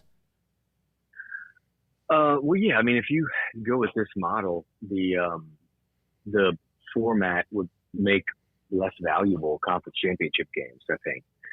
So do you still have them? If you're the ACC and the Big 12 and you only have 2 automatic berths, do you have a championship game, or do you have your 1 seed play your 4 for a play-in game, when your 3 play your 4, or your 2 play your 3 for another play-in game? Maybe. I don't know. I think those things are a long way from kind of being final. Those are big decisions that are tied to network, television contracts as well. Yeah, because that part's been kind of confusing, but it makes sense that they don't really have that decided. But just seeing a lot of scatter shooting on that, it was kind of confusing. But I guess we'll find out in due time. So, guys. Yeah. So if the SEC finally goes to 9 games, does that mean that that'll be the standard? I mean, that they will have caught up, and then maybe the ACC has to do that as well? Well, that's a great question, because everybody else will have played, everybody in the power leagues will play 9 games or 3 of the 4 if the SEC goes to 9 games, right? So that would be a great question. And I think probably there would be strong encouragement that happens, that the ACC also go to 9 games. Ross Dellinger with us, Yahoo Sports. I was at the Baylor men's basketball game against Arizona. Yormark was there, but I didn't have a chance. I was hoping to be able to get him off to the side. It didn't work out because of the timing. He seems to be a fighter. Like, he seems to be a guy that again, from the streets of where he was raised or whatever. Do you feel like Phillips, whatever, that he's going to fight this tooth and nail, or just talk? Well, I think he is a fighter. He is aggressive, right? We've seen that. I would be surprised if he doesn't fight against this. I would. But again, I go back to last spring when the memorandum was signed. This is kind of already done. The authority has been granted to the Big Ten and SEC. Now, we'll say this, and Brett Yormark and folks in his league have made sure, I think, to point this out to me, and it was in my story, is the memorandum of understanding says that the SEC and Big Ten has to make a concerted kind of effort. I think the right words are a meaningful consultation on format with the other leagues. So what exactly does that mean? And I think Brett Yormark wants the SEC and Big Ten to make sure they make very meaningful conversation about this with the other conferences. Anything else, guys? Paul? I'm good. Ross, good luck with the meetings tomorrow. I'll be looking forward to your coverage from those, and we do appreciate your time. Thank you, buddy. Appreciate it. All right, guys. Thanks, y'all. Ross Dellinger, Yahoo Sports. Okay, I got to say something. And this is kind of what I was going to open up with yesterday, but I'm not going to overreact to it. This is not being negative. But any conference in America in any sport that thinks because you win their conference championship or maybe 2 or 3 playoff games, you're the national champion, you're freaking stupid. No, that's just straight up goofy. Like that's just goofy, and I don't think that's anybody. So arrogant. I can't even believe that's true. I think that must be just like tongue in cheek, or he talked to one of the dumbest people that you could possibly talk to. Because the idea of that. I don't care how hardcore you are, that is ridiculous. You are not a national champion. You are a champion of some sort, but it's not nationally. You are the SEC champion. That's what you would be. Yeah. You would be the SEC champion. And that very much does not say national. That says Southeastern Conference. So, you know what, though?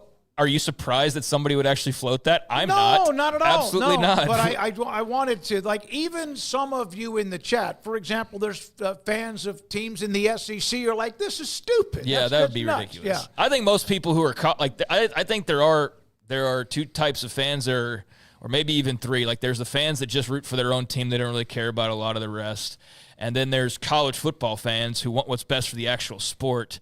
And then there's those that are maybe super tribalistic, like the SEC crowd, or like maybe not the ACC, the Big Ten crowd, I guess, would be the one. And there's a segment of the Big 12 that tries to be that way. It's just not there numbers-wise, right? Or you also don't have the number of like plaques to point to or trophies to point to here over the last couple of decades football-wise. But I think anybody who's a college football fan who's not like deranged with Feinbaum talking points for, and I don't mean that disrespectfully necessarily. It's just like, unless you're just drinking Kool-Aid straight from the tap, I don't know how you could possibly think that's a good idea or why you would even want to see that because you already see it.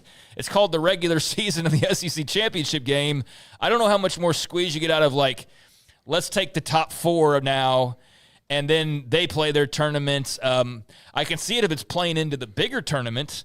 But to do that and then call it a national champion when you're probably getting multiple rematches that way, I do think is just the general idea is silly, yes. Yeah, just the reaction from Ross's story on Sunday evening and eventually when everyone had a chance to digest it yesterday, that doesn't mean because the reaction was negative about the qualifiers or what automatic qualifiers doesn't mean that's right or is the right way to look at it. But yes, it is because it's the way that I feel.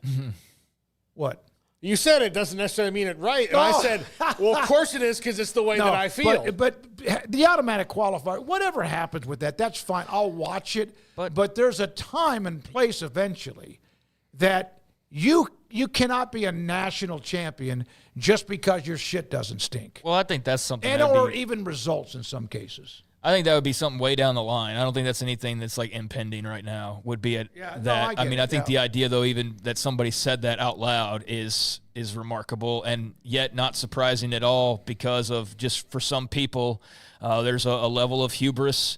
And so I think if you're hardcore, like you feel like you're the end all be all and that nobody else really matters. And I certainly come across a bunch of those people on social media. They'll be quick to tell you that this league or this team or that team, they don't matter. And, whatever.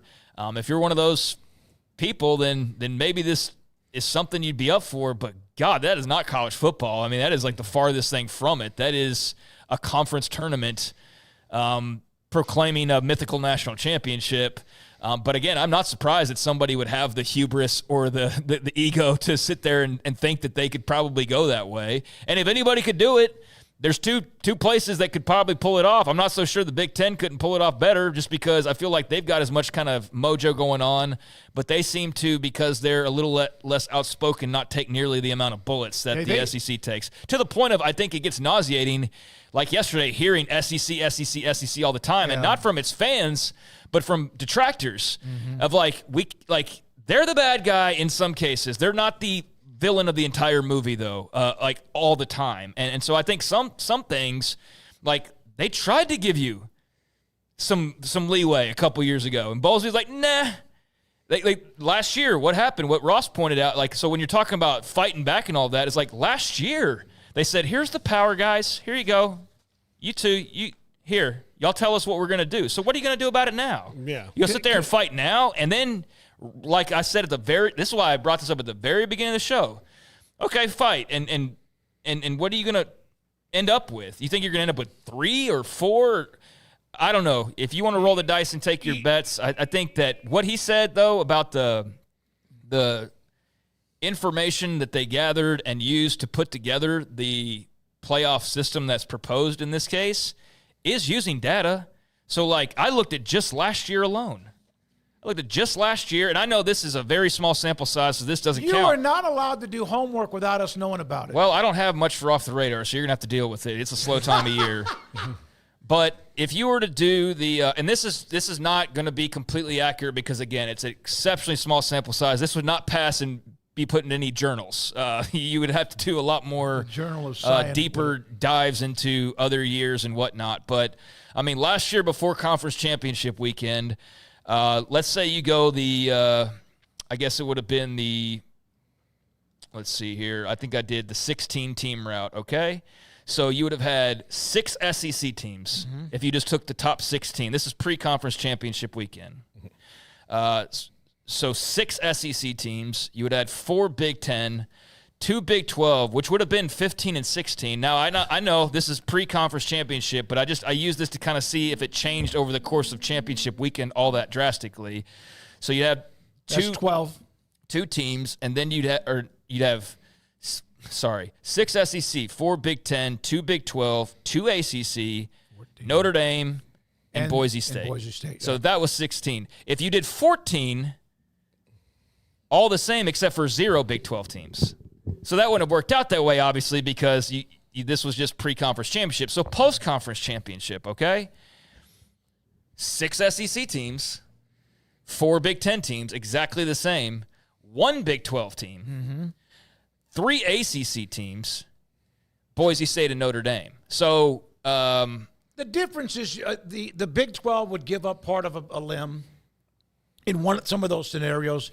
The ACC would gain 1. If you drop to 14, you'd go to 5 SEC as opposed to 6. You'd go to 2 ACC as opposed to 3 because you'd leave out South Carolina and Clemson. But to his point, and yes, with a relatively small sample size, that's actually not giving the SEC all that they could probably argue for based on just last year. And if you're doing it by rankings, then probably based on a lot of years. Is that national rankings like AP, coaches poll? The college football playoff rankings. Okay, that's okay. Yeah. But to me, last year's the only year that should matter. Well, that's what I'm using. So moving forward, but it's still the only year, right? Yeah. So moving forward, you cannot this bullshit, and that's exactly what it is. Why are you cussing? You did too. I didn't know. This bullshit. You're right. What I'm going to drop here in a few minutes. Yeah. This one about this is what it would have been in 2011 or 2014 or whatever. Things have changed. Yeah, that's ridiculous. The conferences are different. You made a good point about that. Yeah, things have changed. So there's NIL in the transfer portal. Guess why Alabama didn't make the playoff this year? You know why they didn't make the playoff? They lost Nick Saban. Because they lost Nick Saban. And what else happened? They lost 2 symptoms. Too. No. They lost 2 symptoms. There was another symptom of losing Nick Saban. The guys that were there just to play for Nick Saban and couldn't have cared less. If Nick Saban had gone and went to Miami, Ohio, they might have just transferred there because they wanted to play for the guy that guaranteed them the best shot at the NFL, right? Yeah. So that guaranteed them that. So when he leaves, Kalen DeBoer is, he's a hot young coach, right? He's on his way up. He can't guarantee me what Nick Saban can. So where do I really want to be? I want to be at this place, or I'll go get NIL here, and I'll capitalize on my Bama thing because I didn't really want to play for Kalen DeBoer. I wanted to play for Nick Saban. So I'll be Caleb Downs, and I'll go to Ohio State, and I'll do that. So that's why they lost. That did not happen in the previous iterations of it. The only transfers, and Nick Saban was one of the first ones to really benefit from it, were grad transfers. Jacob Coker won a national title. Yep. He was not recruited to Alabama initially. He played for Jimbo at FSU. He was at Jameis's backup. So all of that, Alabama had to live how the other half lived, and that's how it's all going to be across the board. So we have 1 year of sample size that they're doing this on. 1 year of legit sample size. And that's why changing it this fast is total bullshit. Yeah, and there were guys who transferred out of Alabama, but like the receiver that went to Texas and Hall, they didn't do much. Which one? Yeah, Isaiah Bond obviously was I wonder if he left after Jai Hall was another one. But he's yeah. Yeah, I know. I'm just saying. Yeah, there was a tight end, but you're right. When Saban was involved, it's a different animal. So that's why it's fun though, man. We love this sport. That's why we talk about it the way we do. And had Nick Saban left before the transfer portal opened widen, say once he hit 4 national titles, he's like, you know what? I've killed every lion and tiger and bear that I can. I'm a big game hunter. There's no worlds left to conquer. I'm done. Well, even then, Alabama wouldn't have had the kind of attrition that they had now because it was against the rules. Now, because of NIL and the transfer portal and the fact these conferences are enormous, there are 3 gigantic factors that didn't exist when the playoffs started. Yep. So judging anything on then is also like saying, gee, you know what? I really think that, is measuring the 27 Yankees against the 99 Yankees. The 27 Yankees were smoking cigarettes in the dugout. Yeah, they were great, but, it's different times. Yeah, and Kim Coulter, Super Chat, Paul here, nailed it. Also, many of you excited about just some of the new parts of what we've brought up. And here we are. Appreciate you, of course, watching what we do. And it's been a fun show the first couple of hours. Craig with Off the Radar. In whatever way you do it, we'll also look at the Cincinnati 2025 football schedule, kind of analyze that. And then we have Paul's Top 5 at the end of the 5 o'clock hour. And this is 365 Sports. Marco's Pizza. Pizza lovers get it. I sent a note to Bob Mock, who owns 5 of the stores in the Waco area. Used to be none. I mean, just around the corner ago. But now 5 stores. Marco's More Menu. That's part. You go online, marcos.com if you want it. Spend $7.99 or more and add on items starting at $5 a piece. So example, let's say you put together a pizza that is $7.99. But then every ingredient after that you add, the pepperoni, you have Italian sausage, whatever it might be, it's an extra $5. Use the code word More Menu. Order now online. They'll deliver it. You could pick it up on your way home. The Mega Meal Deal, which includes pizza, cheesy bread, and Cinna Squares and more, is $19.99. Marco's Pizza, the fastest growing pizza brand in America. 5 locations where we are, maybe as many or more near you. Marco's Pizza. Pizza lovers get it.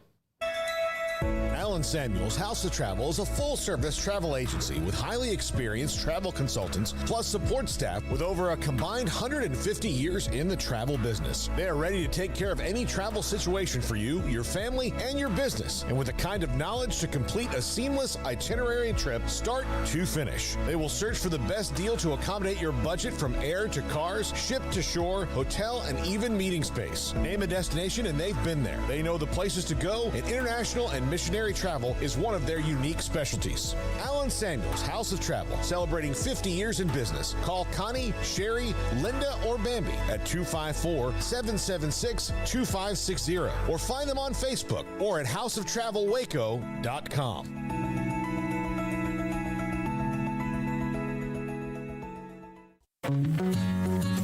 A Established in 2007 and independently owned, Alliance Bank Central Texas is committed to helping families and businesses meet their financial goals. From their tellers to their board of directors, they know the importance of superior service and competitive products. Customers have confidence knowing that their financial needs are in good hands. It's your bank, Alliance Bank Central Texas, with 2 Waco locations, 4721 Bosque Boulevard and 191 Archway Drive on Highway 84, and at AllianceBankTexas.com. Member FDIC and equal housing lender. Riverbend Liquor and Wine now has 2 locations to serve you. The original on Lakeshore Drive and North 19th Street, and the brand new spot in downtown Waco at 600 Franklin Avenue. If you're looking for the best in craft beers or local Texas bourbons, then the original is the place to be. And for the latest trends and online phenomenons, head downtown to the Franklin location. Either way, you're going to get the same great variety, customer service, and speedy experience. Check out both locations on their Facebook and Instagram pages, Riverbend Liquor and Wine, Lakeshore Drive and North 19th Street, and now downtown on Franklin Avenue.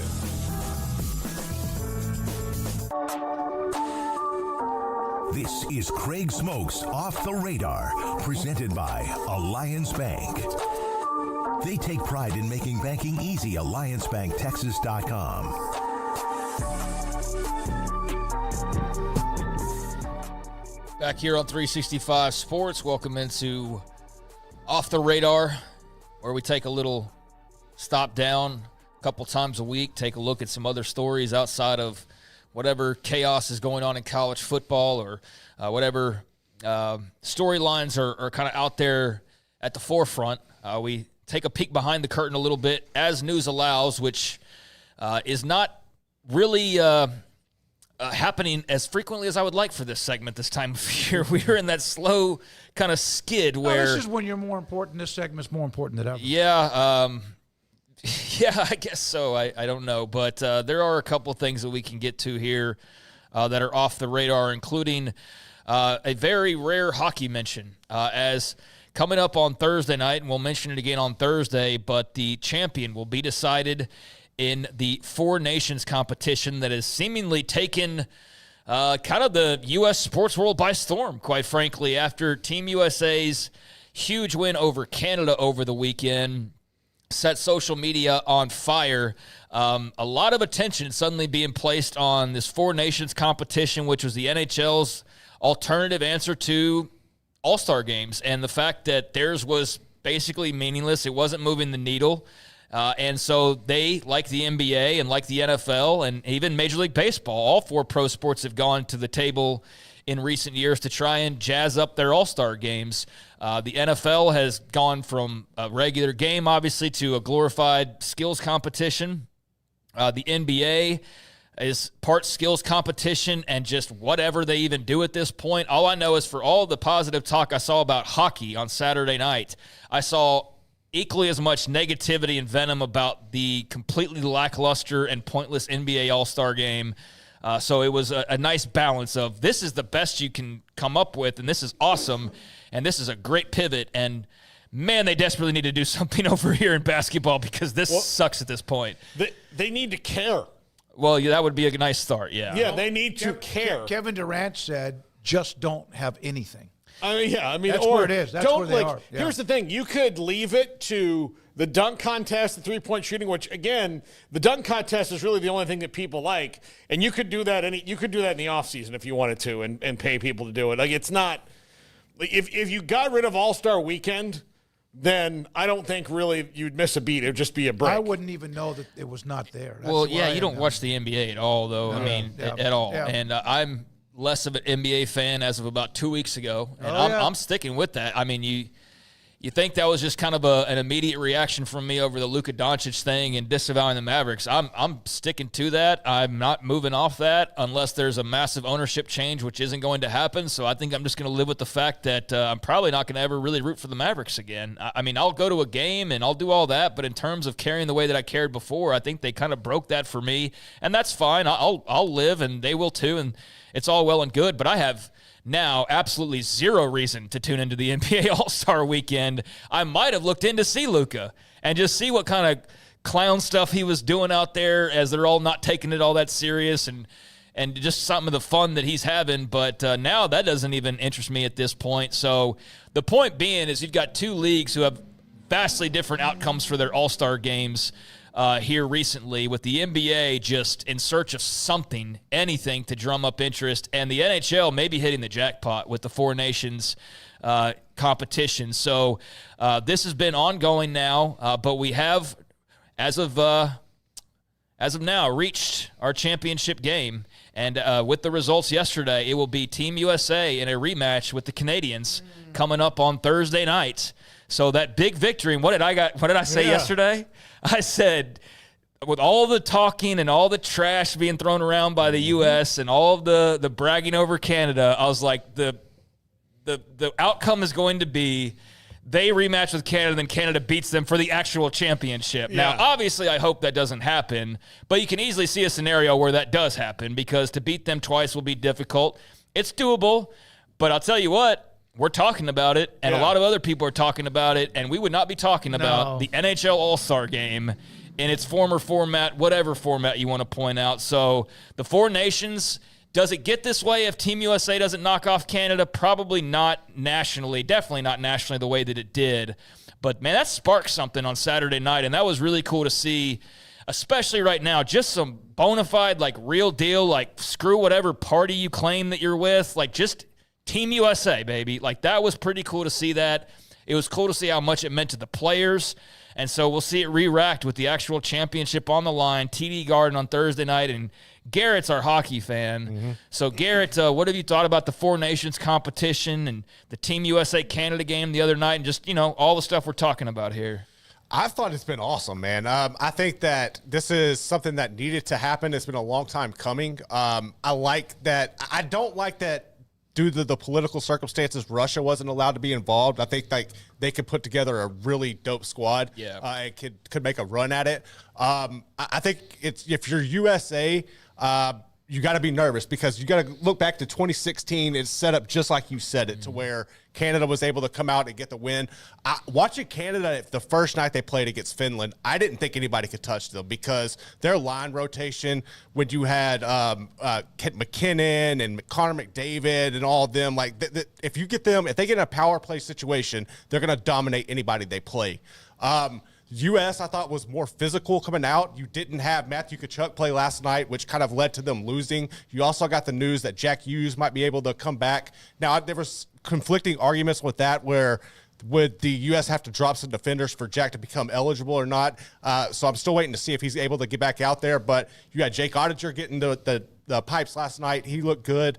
But overall, man, this is exactly what they needed. I would like to see it continue to grow. And honestly, the NBA has the perfect platform, as global as it has become, to do a similar situation. So I'll be interested to see if they actually take an approach like that, or if they just kind of let the ship continue to sink. Yeah, I don't know if they could do specific countries as well. They could definitely do probably France or regions, Canada. You could do USA and then maybe Canada, and then do Europe and do Eastern Europe, the Western President's Europe. Cup in golf. Right. Yeah. They need to do something to create the same type of care factor that the NHL clearly had. And there was definitely some of that political tension that was baked into this thing that added on, and you're not going to get that every time. That was unique to this. But whereas that game over the weekend was in Canada, despite the U.S. losing yesterday, because of the round robin, they get in despite the loss. So Canada with the win, they will now meet in Boston. So that ought to be a raucous crowd coming up on Thursday night as they shift from up north to the States. And we'll see if Canada can't, ding them back, or if USA beats Canada, then for a second time and for this championship, man, that would be a massive statement. And I tell you what, I was listening when I go home every day, I typically pop on. I don't listen to a lot of sports radio because there's things that I like that maybe we don't talk about, so I feel fine listening to it. But a lot of the stuff, I don't like to listen to a ton of other college football because I just don't want it to kind of change my way of thinking. All that, to an extent I allow it, but I just don't want it to feel like it's not my opinion anymore, if that makes sense. So I kind of try to avoid that. But on the way home, I typically listen to The Ticket up in Dallas because I just catch them at a right time late in the show. And Bob Sturm, who is a huge massive hockey fan, big Stars fan, he was talking about an article he read, and I wish I would have bookmarked it, but he was talking about the rapid rate at which American players are starting to like overtake Canadian players, like the amount of players playing within nowadays. the league, within the NHL, that the Americans have taken like massive strides in terms of the number of American-born players in the league, whereas Canada started to kind of sag a bit. And I forget exactly the way he said it, which is making me mad at the moment, but it's like 5-10 years, something like that, if it stays the current trajectory, and don't quote me on that, but it's in this bubble of like 10 or so years, there will be more Americans than Canadians by a clear margin playing NHL hockey at the current rate that it's going right now. So I'm sure that did a world of good for youth hockey the other night, and if they go and win on Thursday, then I think that would be even more of a huge just moment for USA hockey. But it's definitely making strides, that's for sure. 41% from Canada. Is this from the Athletic? I think that's where his article is 29% from the United States. I bet that used to be not double 41%, but pretty darn close to 60, 70%. Yeah, it says soundofhockey.com, and you have the graph. Yeah. And the line for Canada is here at the start, back in the God knows when, and United States is here, and it is like here now. Yeah. Just the investments that have been made. It was very nice. And especially when you have had, I think, the Western expansion over the decades of having guys out in deserts now playing hockey because rinks are being built. So you're getting these kids from California and Arizona that are growing up and playing hockey. And you saw that. You saw those talents on full display for Team USA. So in terms of the game itself. These NHL players from Canada and Finland and all that got to quit coming down and impregnating American women. Yeah, there you go. Hey. Thank you, ladies, for doing your job for the country. Hey, look, Pavel Bury's knocked up Candace Cameron several times. That's true. Those kids in a few years might be, playing for Team USA. Yep. Sorry about your luck. Can they play for either? I think so, yeah. But isn't that what Brett Hull did, right? He played for Canada and the U.S. The Canadian 41.1% of the league is the lowest of all time. Yeah. As far as, again, it's just dropped like a half. The article is from The Athletic, I want to say. It was about a week ago that he brought it up, and I found it interesting, and this was prior to USA and Canada, and if I recall correctly, he wasn't giving Team USA much of a shot. He didn't say it was impossible, but he wasn't banking on it, and I haven't been able to listen since I guess it was maybe like last Thursday or something. So I need to go back and just hear his thoughts on, what actually happened and the big upset. But the NHL announced that a total of 10.1 million viewers tuned in across all of North America for Canada and USA, an increase of as much as 203% from the 2016 World Cup of Hockey, and makes it the most watched hockey game, excluding the Stanley Cup Finals games, since 2014. So take away the Stanley Cup Finals games, USA-Canada most watched hockey broadcast in a decade. So that's pretty good. The NBA would do naughty things to have anything like that. Anything like it. Well, they've got a really extravagant, lucrative TV deal, and yeah, they do. They're making money. The NHL would kill to have their TV money. Yeah, they would. So it goes both ways. But so in the U.S., that was a little over 4.4 million viewers on average, peaked around 5.2. And so then that would mean it's about the same over in Canada. Like they might have slightly more, but coming your way on Thursday night. Did you guys get caught up in that? At least catch it on social media or see the highlights of it? I saw the 9 seconds and 3 It was electric, man. That was fights, great. The fights is what got most of the attention, and I think that's what probably got a lot of people to go, wait, what's Will on they do right that now? This time? Will they do that Thursday? I don't know. Too much on the line? Well, there's going to be – it's a situation where U.S. really can't risk losing any players. They can't do anything stupid. It's got to be really disciplined for them to come out and win that game. So I doubt you're going to see any fights like Is Kachuk going to be able to play? Kachuk, yeah, he's going to play. Okay, all right. So there you go with that. Just a shout-out to the NHL. Don't get to do that often, but in this case, very deserved. So hope you've enjoyed the Four Nations. When Garrett talks hockey, I have goosebumps all over my body. Thank you. Okay. I do. That was a weird way to say that. Yeah, it was. Hey, I'll say it, but not as weird. Hey, I enjoy when you talk hockey, Garrett. You can sense your passion and how much you love the game. It's cool. All right. So elsewhere, let's see. I mean, there's really little in terms of like kind of the tidbits. I mean, for example, when Andy Dalton signing a 2-year deal with the Panthers is one of the biggest headlines of the day in the NFL.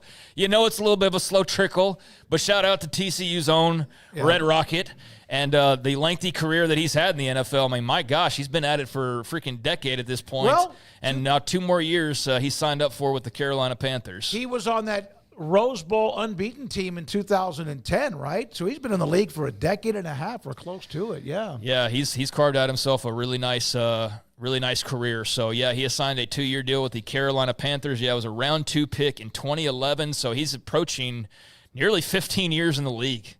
That's pretty damn impressive. And the final thing I'll leave you with here is this is not so much of it's actually going to happen, but for the TV folks like John Hourand and those guys, this was going around that Netflix, you know, they've had the Christmas Day game now added as part of their package. They added Monday Night Raw. They've done the sports documentaries. They've done, what was the other live thing they did? The NFL and the boxing? The boxing, yeah. They did the boxing match with Tyson and Paul.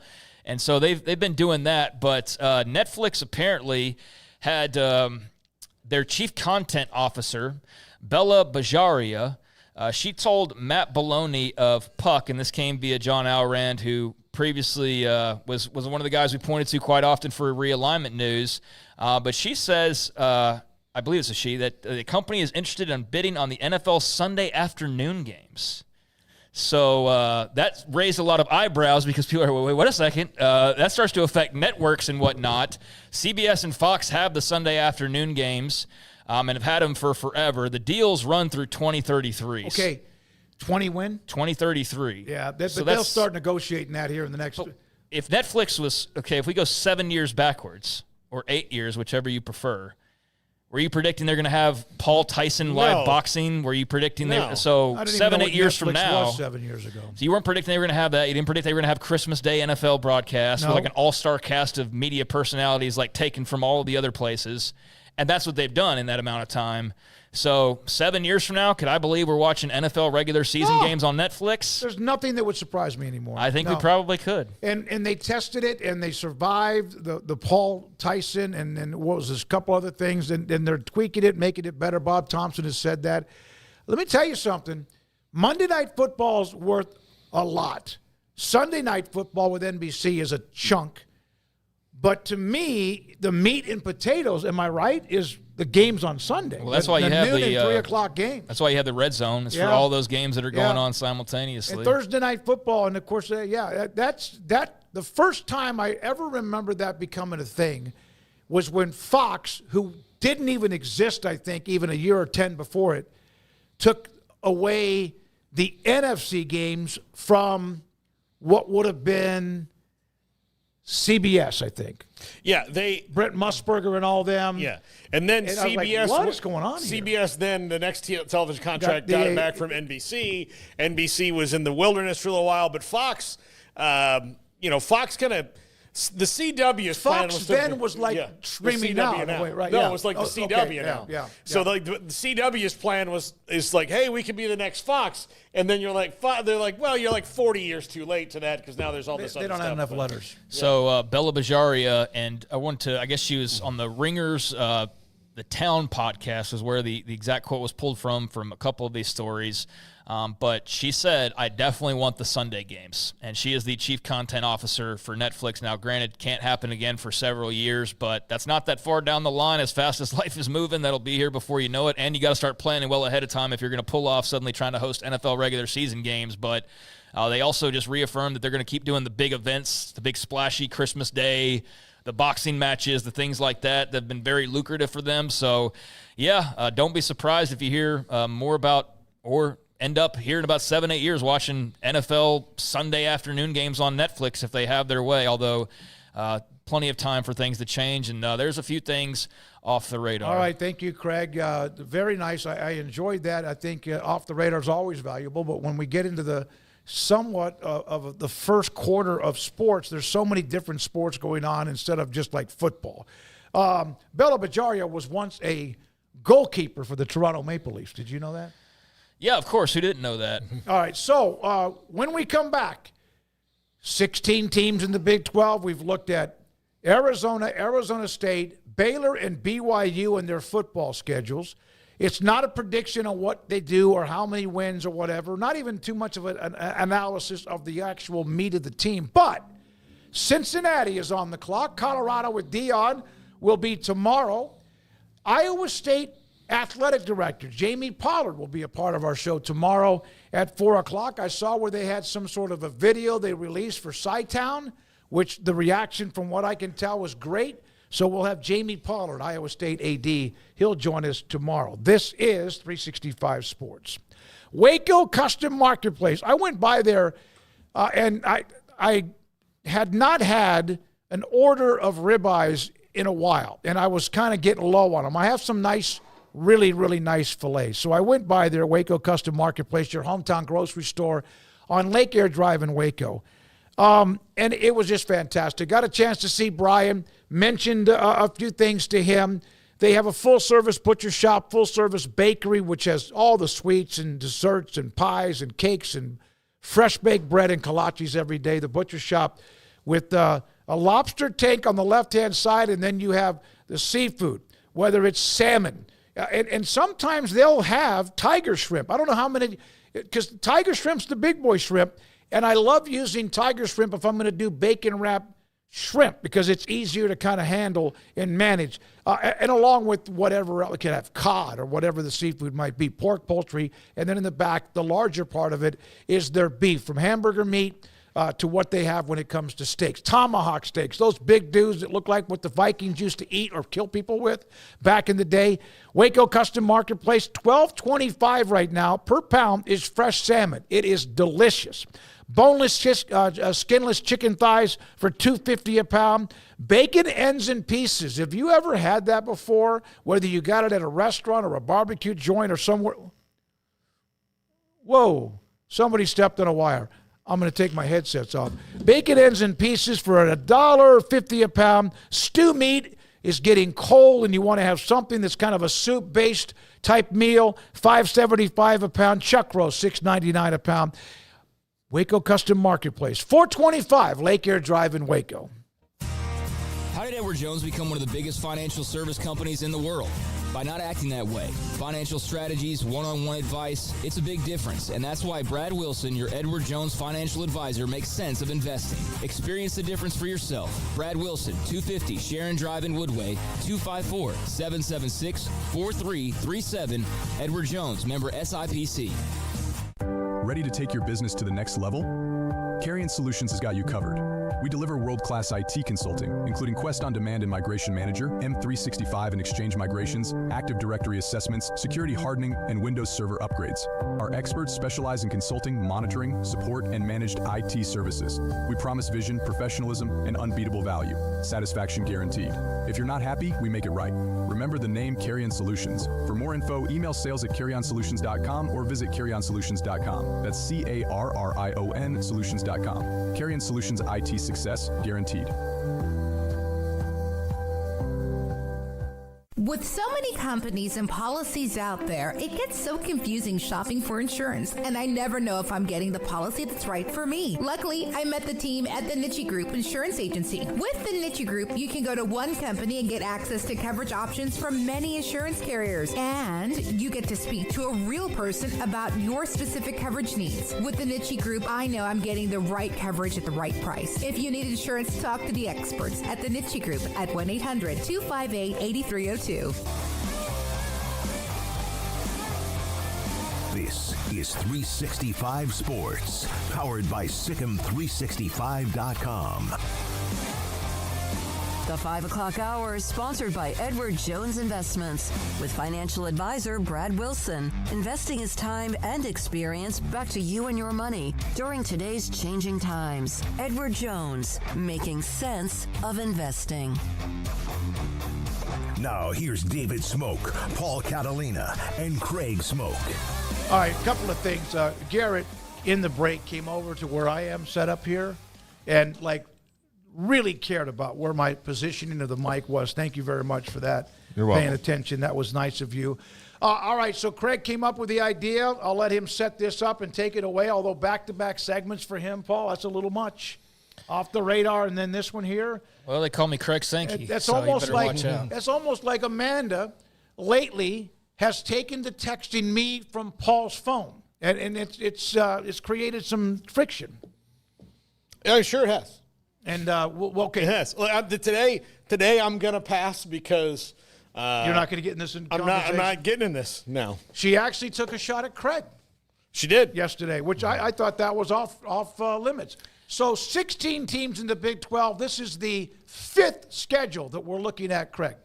Yeah, so this is not a big prediction thing. This is just taking a look because these came out about a week and a half ago during Super Bowl week. The Big 12 released its schedules finally, right after a long wait. A lot of people were clamoring for them, finally got them. So this is just a way to kind of slowly but still quickly get through all 16 teams and just kind of take a look at what they're facing and what's of interest looking ahead at their 2025 schedule. So today is Cincinnati, and so we've gone through tell me if you agree with me or not. Arizona, hot seat, and I don't love their chances to make the postseason based on what we've seen. Arizona State, Big 12 contender, should be in a similar place to last year. I don't know about the playoff. BYU, same thing, should feel like they should be in the 9-10 win, if not more, category. And then Baylor, I think, also a team that feels like they should be there fighting for 9-10 wins and playing for a conference championship. So I think we've taken a look at 3 teams who, even with their schedules, feel like they've got great shots to win the league and maybe make the playoff. And then I think you've got Arizona, who's just a big old question mark and might be looking for a new coach. And I don't know that their schedule is going to change that. So now it is time for the Cincinnati Bearcats, who had a tumultuous at times 2024, finished 3-6 in the Big 12 a year ago and 5-7 overall, so falling just short of making a bowl game.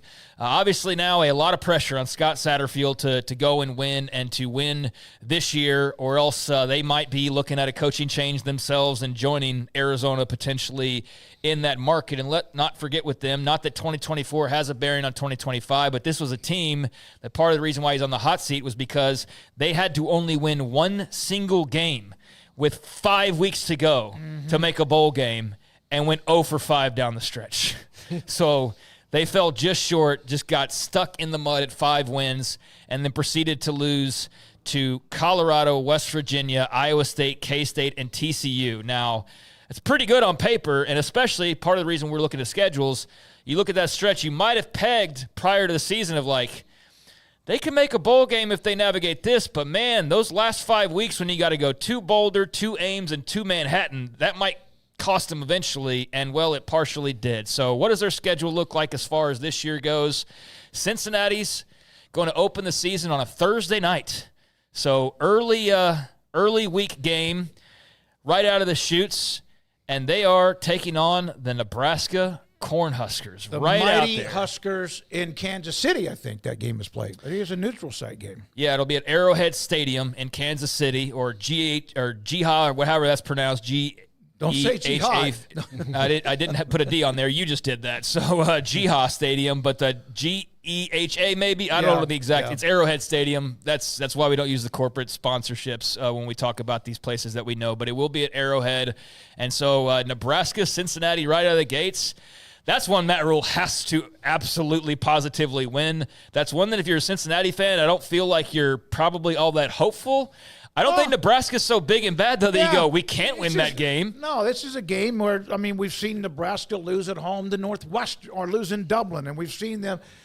You know, they had their best win last year probably was early on against Colorado, because they dominated Dion and them. This is a game that you have to win this game if you're going to win 8 or 9 games. If you're Nebraska, if you're Cincinnati and going to be bowl eligible, win this one, and you're going to put yourself in a position, because this is a game that a lot of people you'll be like a 3 to 5 point underdog. It's a big splash opportunity right out of the chutes for them to make a. I love this matchup. Yeah, to make a big splash and maybe set the tone for what follows after that. So Nebraska right out of the gates, that's one of the more notable non-conference matchups. Then they will take on Bowling Green at home in Cincinnati. Luckily for them, no Harold Fannin. He's gone now, Harold Fannin Jr., so don't have to worry about him. 1,000 of his catches. Yeah, they don't have to worry about covering him, but they will take on Bowling Green and then Northwestern State before they get their first bye, which will coincide with the end of the non-conference schedule. So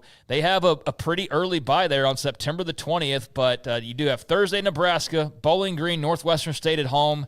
That is the first leg of your 2024 journey. So they should be 2-1 at worst out of that. Now, I think so. Bowling Green, though, can be kind of scary. Absolutely. Look, they shot a charge into Penn State last year, due in large part to Harold Fannin, like you said, Craig. But they have a wide open offense that can, if it gets going. And again, year to year, when you look at, especially every team, but G5 teams, you can kind of be a G5 team that benefited from the transfer portal, where you get some of those guys that move through on their way, or you can be a G5 team that had a great year and then all of a sudden you're feasted on the portal. Bowling Green, kind of net zero on that, but even still. Okay, they lost to Penn State by 7 and at A&M too by 6. They're not a gimme. No. They're a MAC.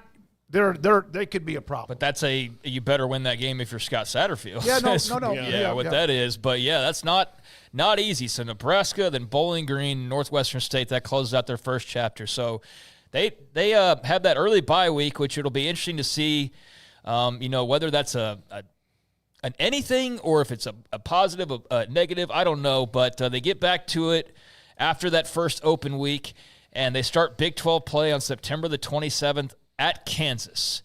So the Jayhawks up first, then home versus Iowa State, home versus UCF. Oh, my God. Look at the way they spelled UCF. Central Florida. Remember I said that back when they first Well, that's now UCF has to beat them by 30 to prove a point and get their name correct. The Knights media mafia or Twitter mafia will lose their mind. I'm sure they'll start calling them Cincinnati or something like that.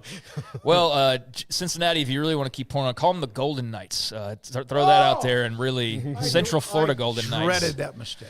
So UCF at home, so back-to-back home games there, and then at Oklahoma State, then versus Baylor, then at Utah. That is the second stretch.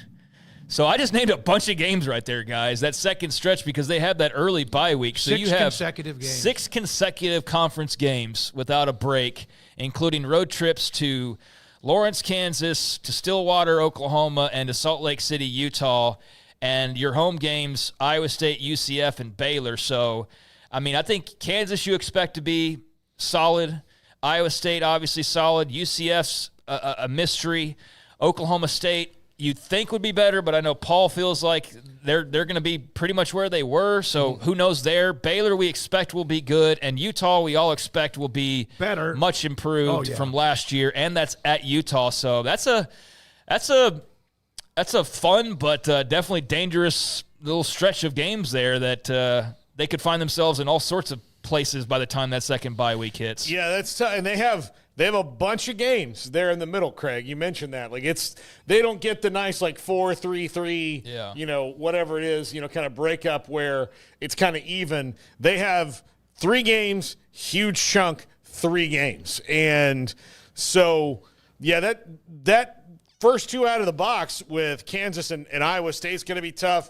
UCF is a total wild card. Baylor and Utah, if they can beat UCF and Oklahoma State, for sure, that'd be great. But the other 4 are going to be super, super hard. Yeah, on paper, and I think that's kind of what we're going to end up calling this segment when we do it recurringly, is just that it's on paper because a lot can change. Now, I should mention, we go this far, Cincinnati's obviously going to lose a great player like a Corey Kiner, but you got the head of the snake back in Brendan Sorsby, and that was a guy who you thought maybe he goes in the transfer portal and ends up somewhere else. He had an up-and-down year, but overall I think a very solid year, definitely a good player, a Texas guy, so we paid even closer attention to him. So I think you feel good about who you have as a trigger man, but that is going to be a tough little 6-game stretch there in the middle for Cincinnati. And I'd say, all right, if you're going, let's say, 2-1 out of the non-con, they've beaten Kansas, probably not right. I wouldn't say that on the road. So 2-2. Iowa State, no, 2-3. UCF, I'll give it to them at home, 3-3. Oklahoma State and Stillwater,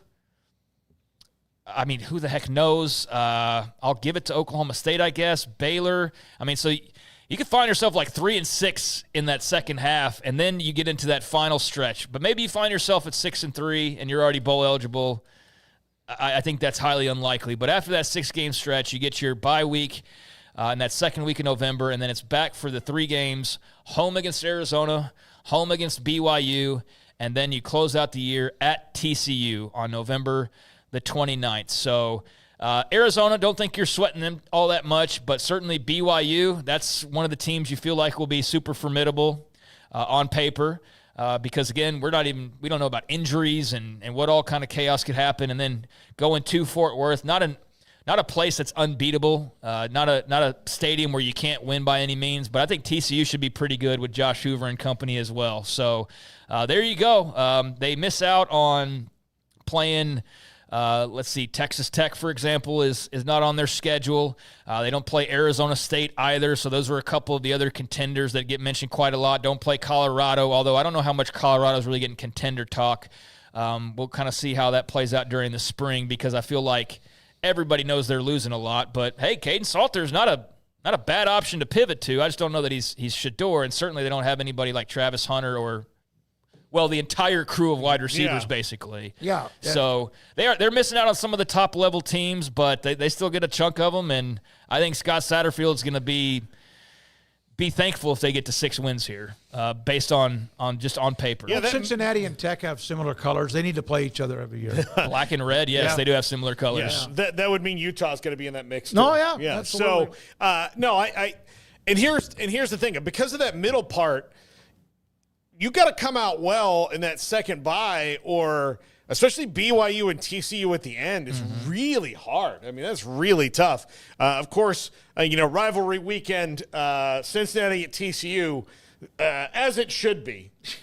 I mean, that is one thing. I don't know. That's the TV partners, I guess, but it does feel like that's something the league could do a much better job of, is actually having a real rivalry weekend and do it the traditional sense of the biggest matchups. Okay.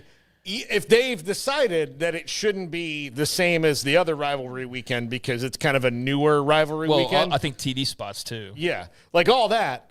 Then pick a different weekend and market it that way. So this is Big 12 rivalry weekend. Put it in the middle of the year. I don't know. Yeah, it doesn't have to be ESPN's official rivalry weekend. Yeah, you just can do it in like Big 12 rivalry weekend. Yeah, who cares if it's no one else is having any of those games, but you have yours. Yeah, you have yours, and that's a showcase week for the league.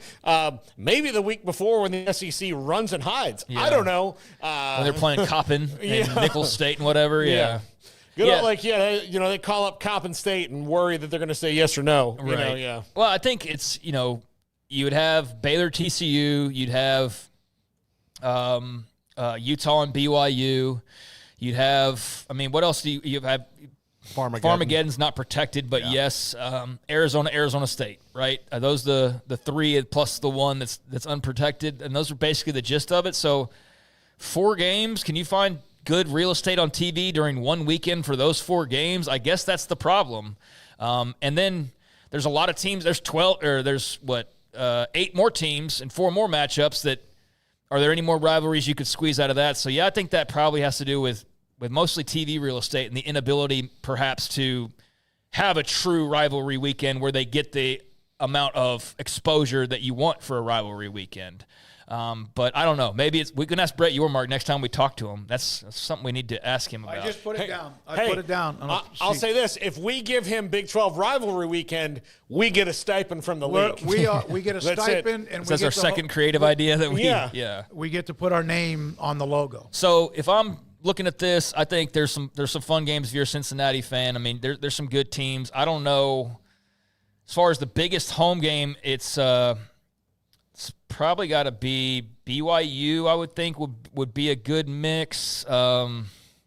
Maybe an Iowa State or a Baylor there. But you definitely have some big road trips. I think if you haven't explored, if you're a Cincinnati fan, you got some cool places that you can go. Fort Worth's a hell of a road trip. Like, to us, it seems like nothing really because it's just right there. But I love Fort Worth. But it's like it's the new coolest city in Texas, basically, is what it is. So that's a recommendation for folks if you want to wait till the end of the year, although at that point you might be ready to pick at Scott Satterfield's program. I don't know. But I look at that and I go, bowl team if things break the right way, but I think they're in the Arizona category where we could very well be talking about another hot seat based on paper. So there you go. There is Cincinnati on paper in their 2025 schedule. All right. Again, we're just looking at the schedules. They came out, as Craig said, it was the Tuesday of the Super Bowl week, which seems like it's forever ago. And tomorrow is Colorado and Dion and Prime and the Buffaloes and a lot of big names leaving. But I don't think there were some that didn't expect them to be much of a competitor this year. Last year they had that great start and then they fell apart. The schedule also got really tough in the Pac-12. I thought you saw a hell of a coaching staff of what they did. Now, this doesn't mean Dion and his staff have to prove themselves again, but this will be an interesting year for them. We'll get into them tomorrow, Colorado, with all of the names and glitz and glamour moving forward. But they've got some players that have committed and will be a part of their 2025 team. And I should mention, too, just a couple of notes. Baylor will be their homecoming. So take that. Cincinnati? Yeah. And then the series, these will be the first ever matchups. I should have included these with the others. I'll try to do this better with the 17 other ones we will go through. But it will be the first ever meeting between Cincinnati and Arizona, first ever meeting between Cincinnati and Utah. So a couple of first-time evers there as well for Bearcats fans to enjoy. Finally, what the fans had clamored for. Yeah, Cincy, Utah, right there in Big 12 play, of all things. And hopefully that winds up being a really good game, between two good teams. But, I'm bullish on Utah because of Devin Dampier. I'm bearish on Oklahoma State because, man, like they lost a ton of experience off of a bad team, and I know that, but there was a good team the year before, and they just hit all kind of hard times. I don't know anything about Haas Haney is how he's going to be. He's a talented player. He's a talented player, but like they also lost all the wide receivers and running backs off that team that were actually the kind of bright spot of it. They lost all those guys, so I don't really know what they're going to do. Like, I think it's going to be a little too chaotic. Plus, Mike Gundy enters the season on the hot seat for the first time. This is different than last year, which was, again, a disaster for them.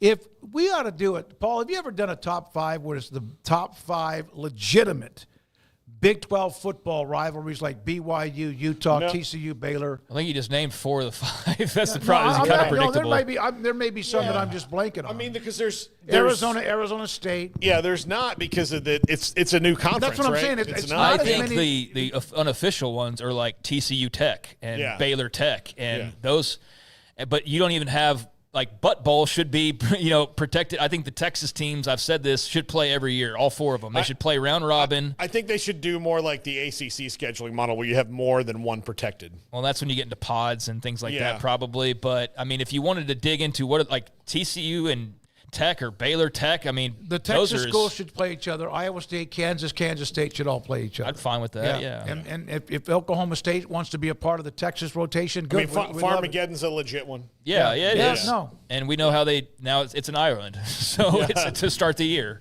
Yeah. So that's how that worked out with being unprotected for the conference's sake. But yeah, there you go with Cincinnati. I think they're going to be right there on that borderline on paper, but. Thought a lot of things about teams last year for Arizona State and Oklahoma State to go completely different directions. So maybe Cincinnati's one of those that ends up being a lot better than we expected. They certainly have a quarterback capable of winning some games. All right. Do you want to use the graphics I had sent Garrett about the ACC? No, we'll do it tomorrow. Let's do it tomorrow? Yeah, okay. Let's do it tomorrow. Oh, we'll do that tomorrow. We'll also do the seeds, the athletic.com, and there's others, of course, that have Jerry Palm and the Joe Lenardi that have put out their top 4 seeds in men's basketball. That'll be something as well that we can look at tonight. Last thing before we get to Paul's top 5, basketball tonight. I mentioned I was at that Arizona game. I really enjoy watching them play. But tonight's games, because if I don't, then I don't. We just decide not. Colorado at Iowa State. TCU at home against Texas Tech. TCU's been playing well. Houston at Arizona State. And then Kansas plays in Provo against BYU, who just beat Kansas State over the weekend in Provo. I think that was it Kansas State it was Kansas State because Utah, Paul, beat Kansas. You knew that, right? I'm aware. On Saturday evening, very late night. I'm aware. I worry about the structure of the Mormon Tabernacle if BYU wins tonight. might be in trouble.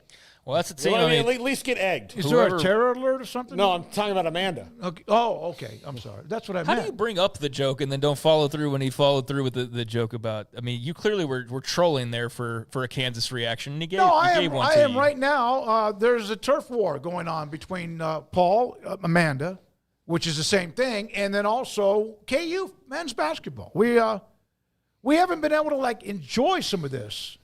And she even mentioned in a text, why are you enjoying we all have teams that suck. Well, we did, and I'm going to get in trouble because I told her I wouldn't talk about this today, but I'm going to talk about it. Go ahead. I told her, look, this is the worst, the last 2 years of a Kansas stretch that you can imagine.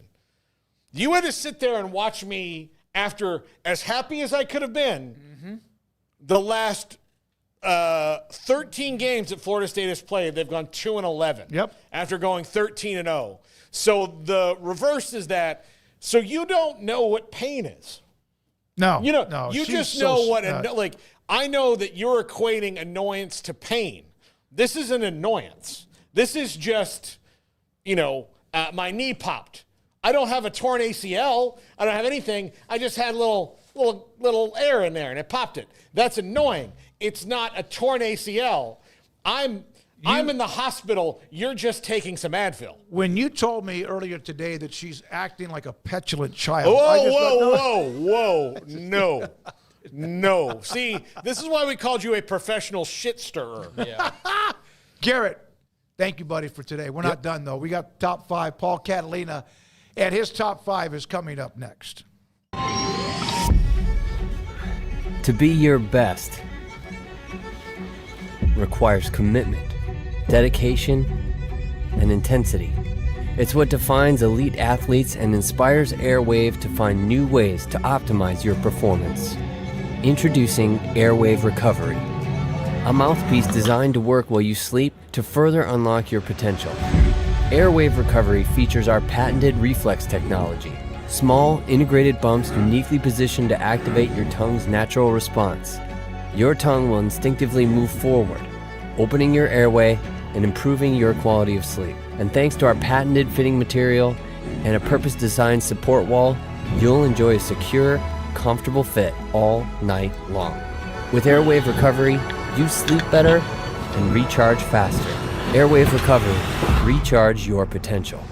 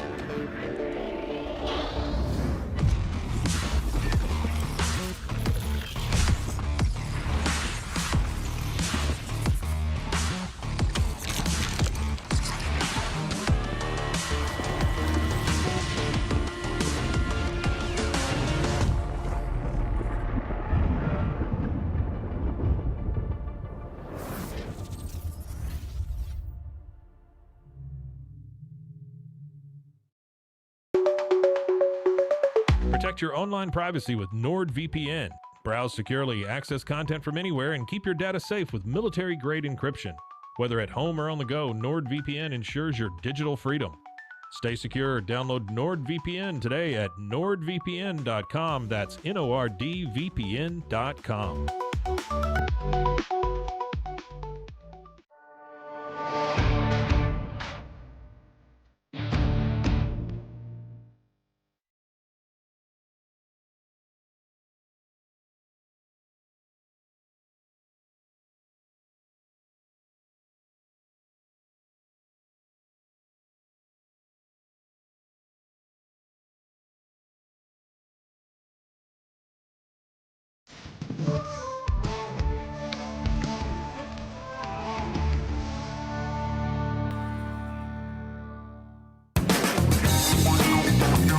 This is Paul Catalina's Top 5, brought to you by Ticket Club. Forget the fees, just big savings. Click the link in the description to find out more.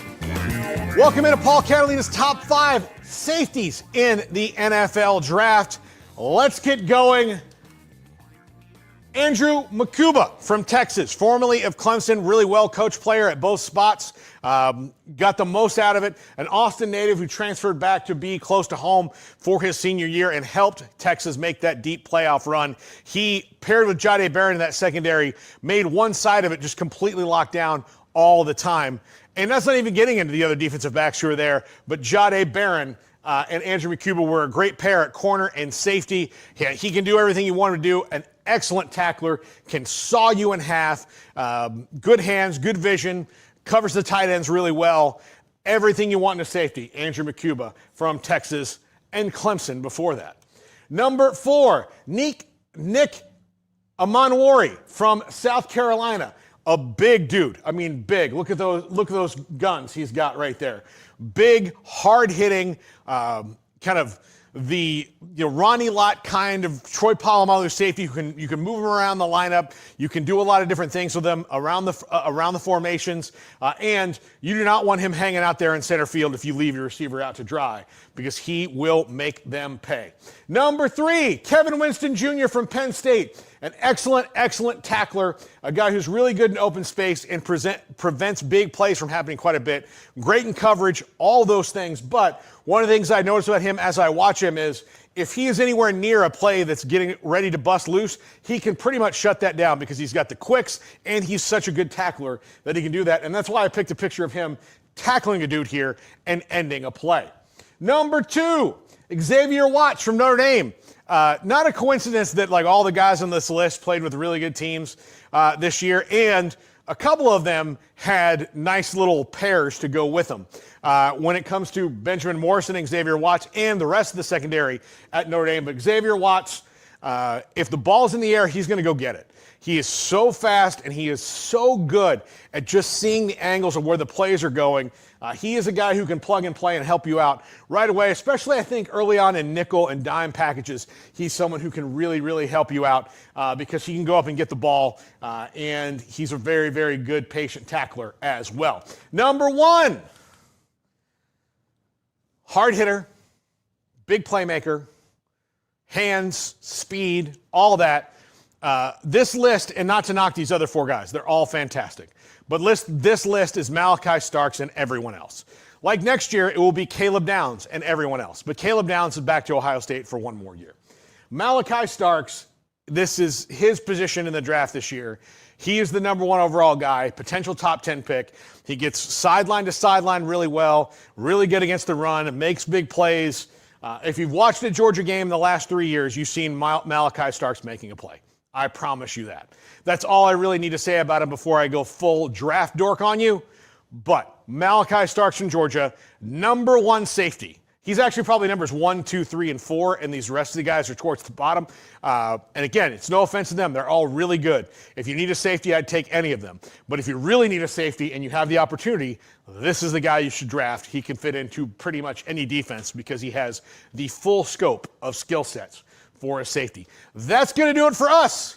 Hope you have a wonderful Tuesday evening. Smokey's going to end the show right now. You know why? Because I told him to. Yeah, no, you did. You're exactly right. And oh, by the way, I got a question for you guys to close out the show because we're a couple of minutes early. Not that we can't, there's no specific time. But if, in fact, you were a NASCAR driver, what sponsor would be your main sponsor on your car? Lids. Good call, Gary. Lids. Yeah. Right. Yeah. I mean, you're asking tough questions here. That's a tough one. Listen, there's a reason why we win all those awards. Yeah. You know what?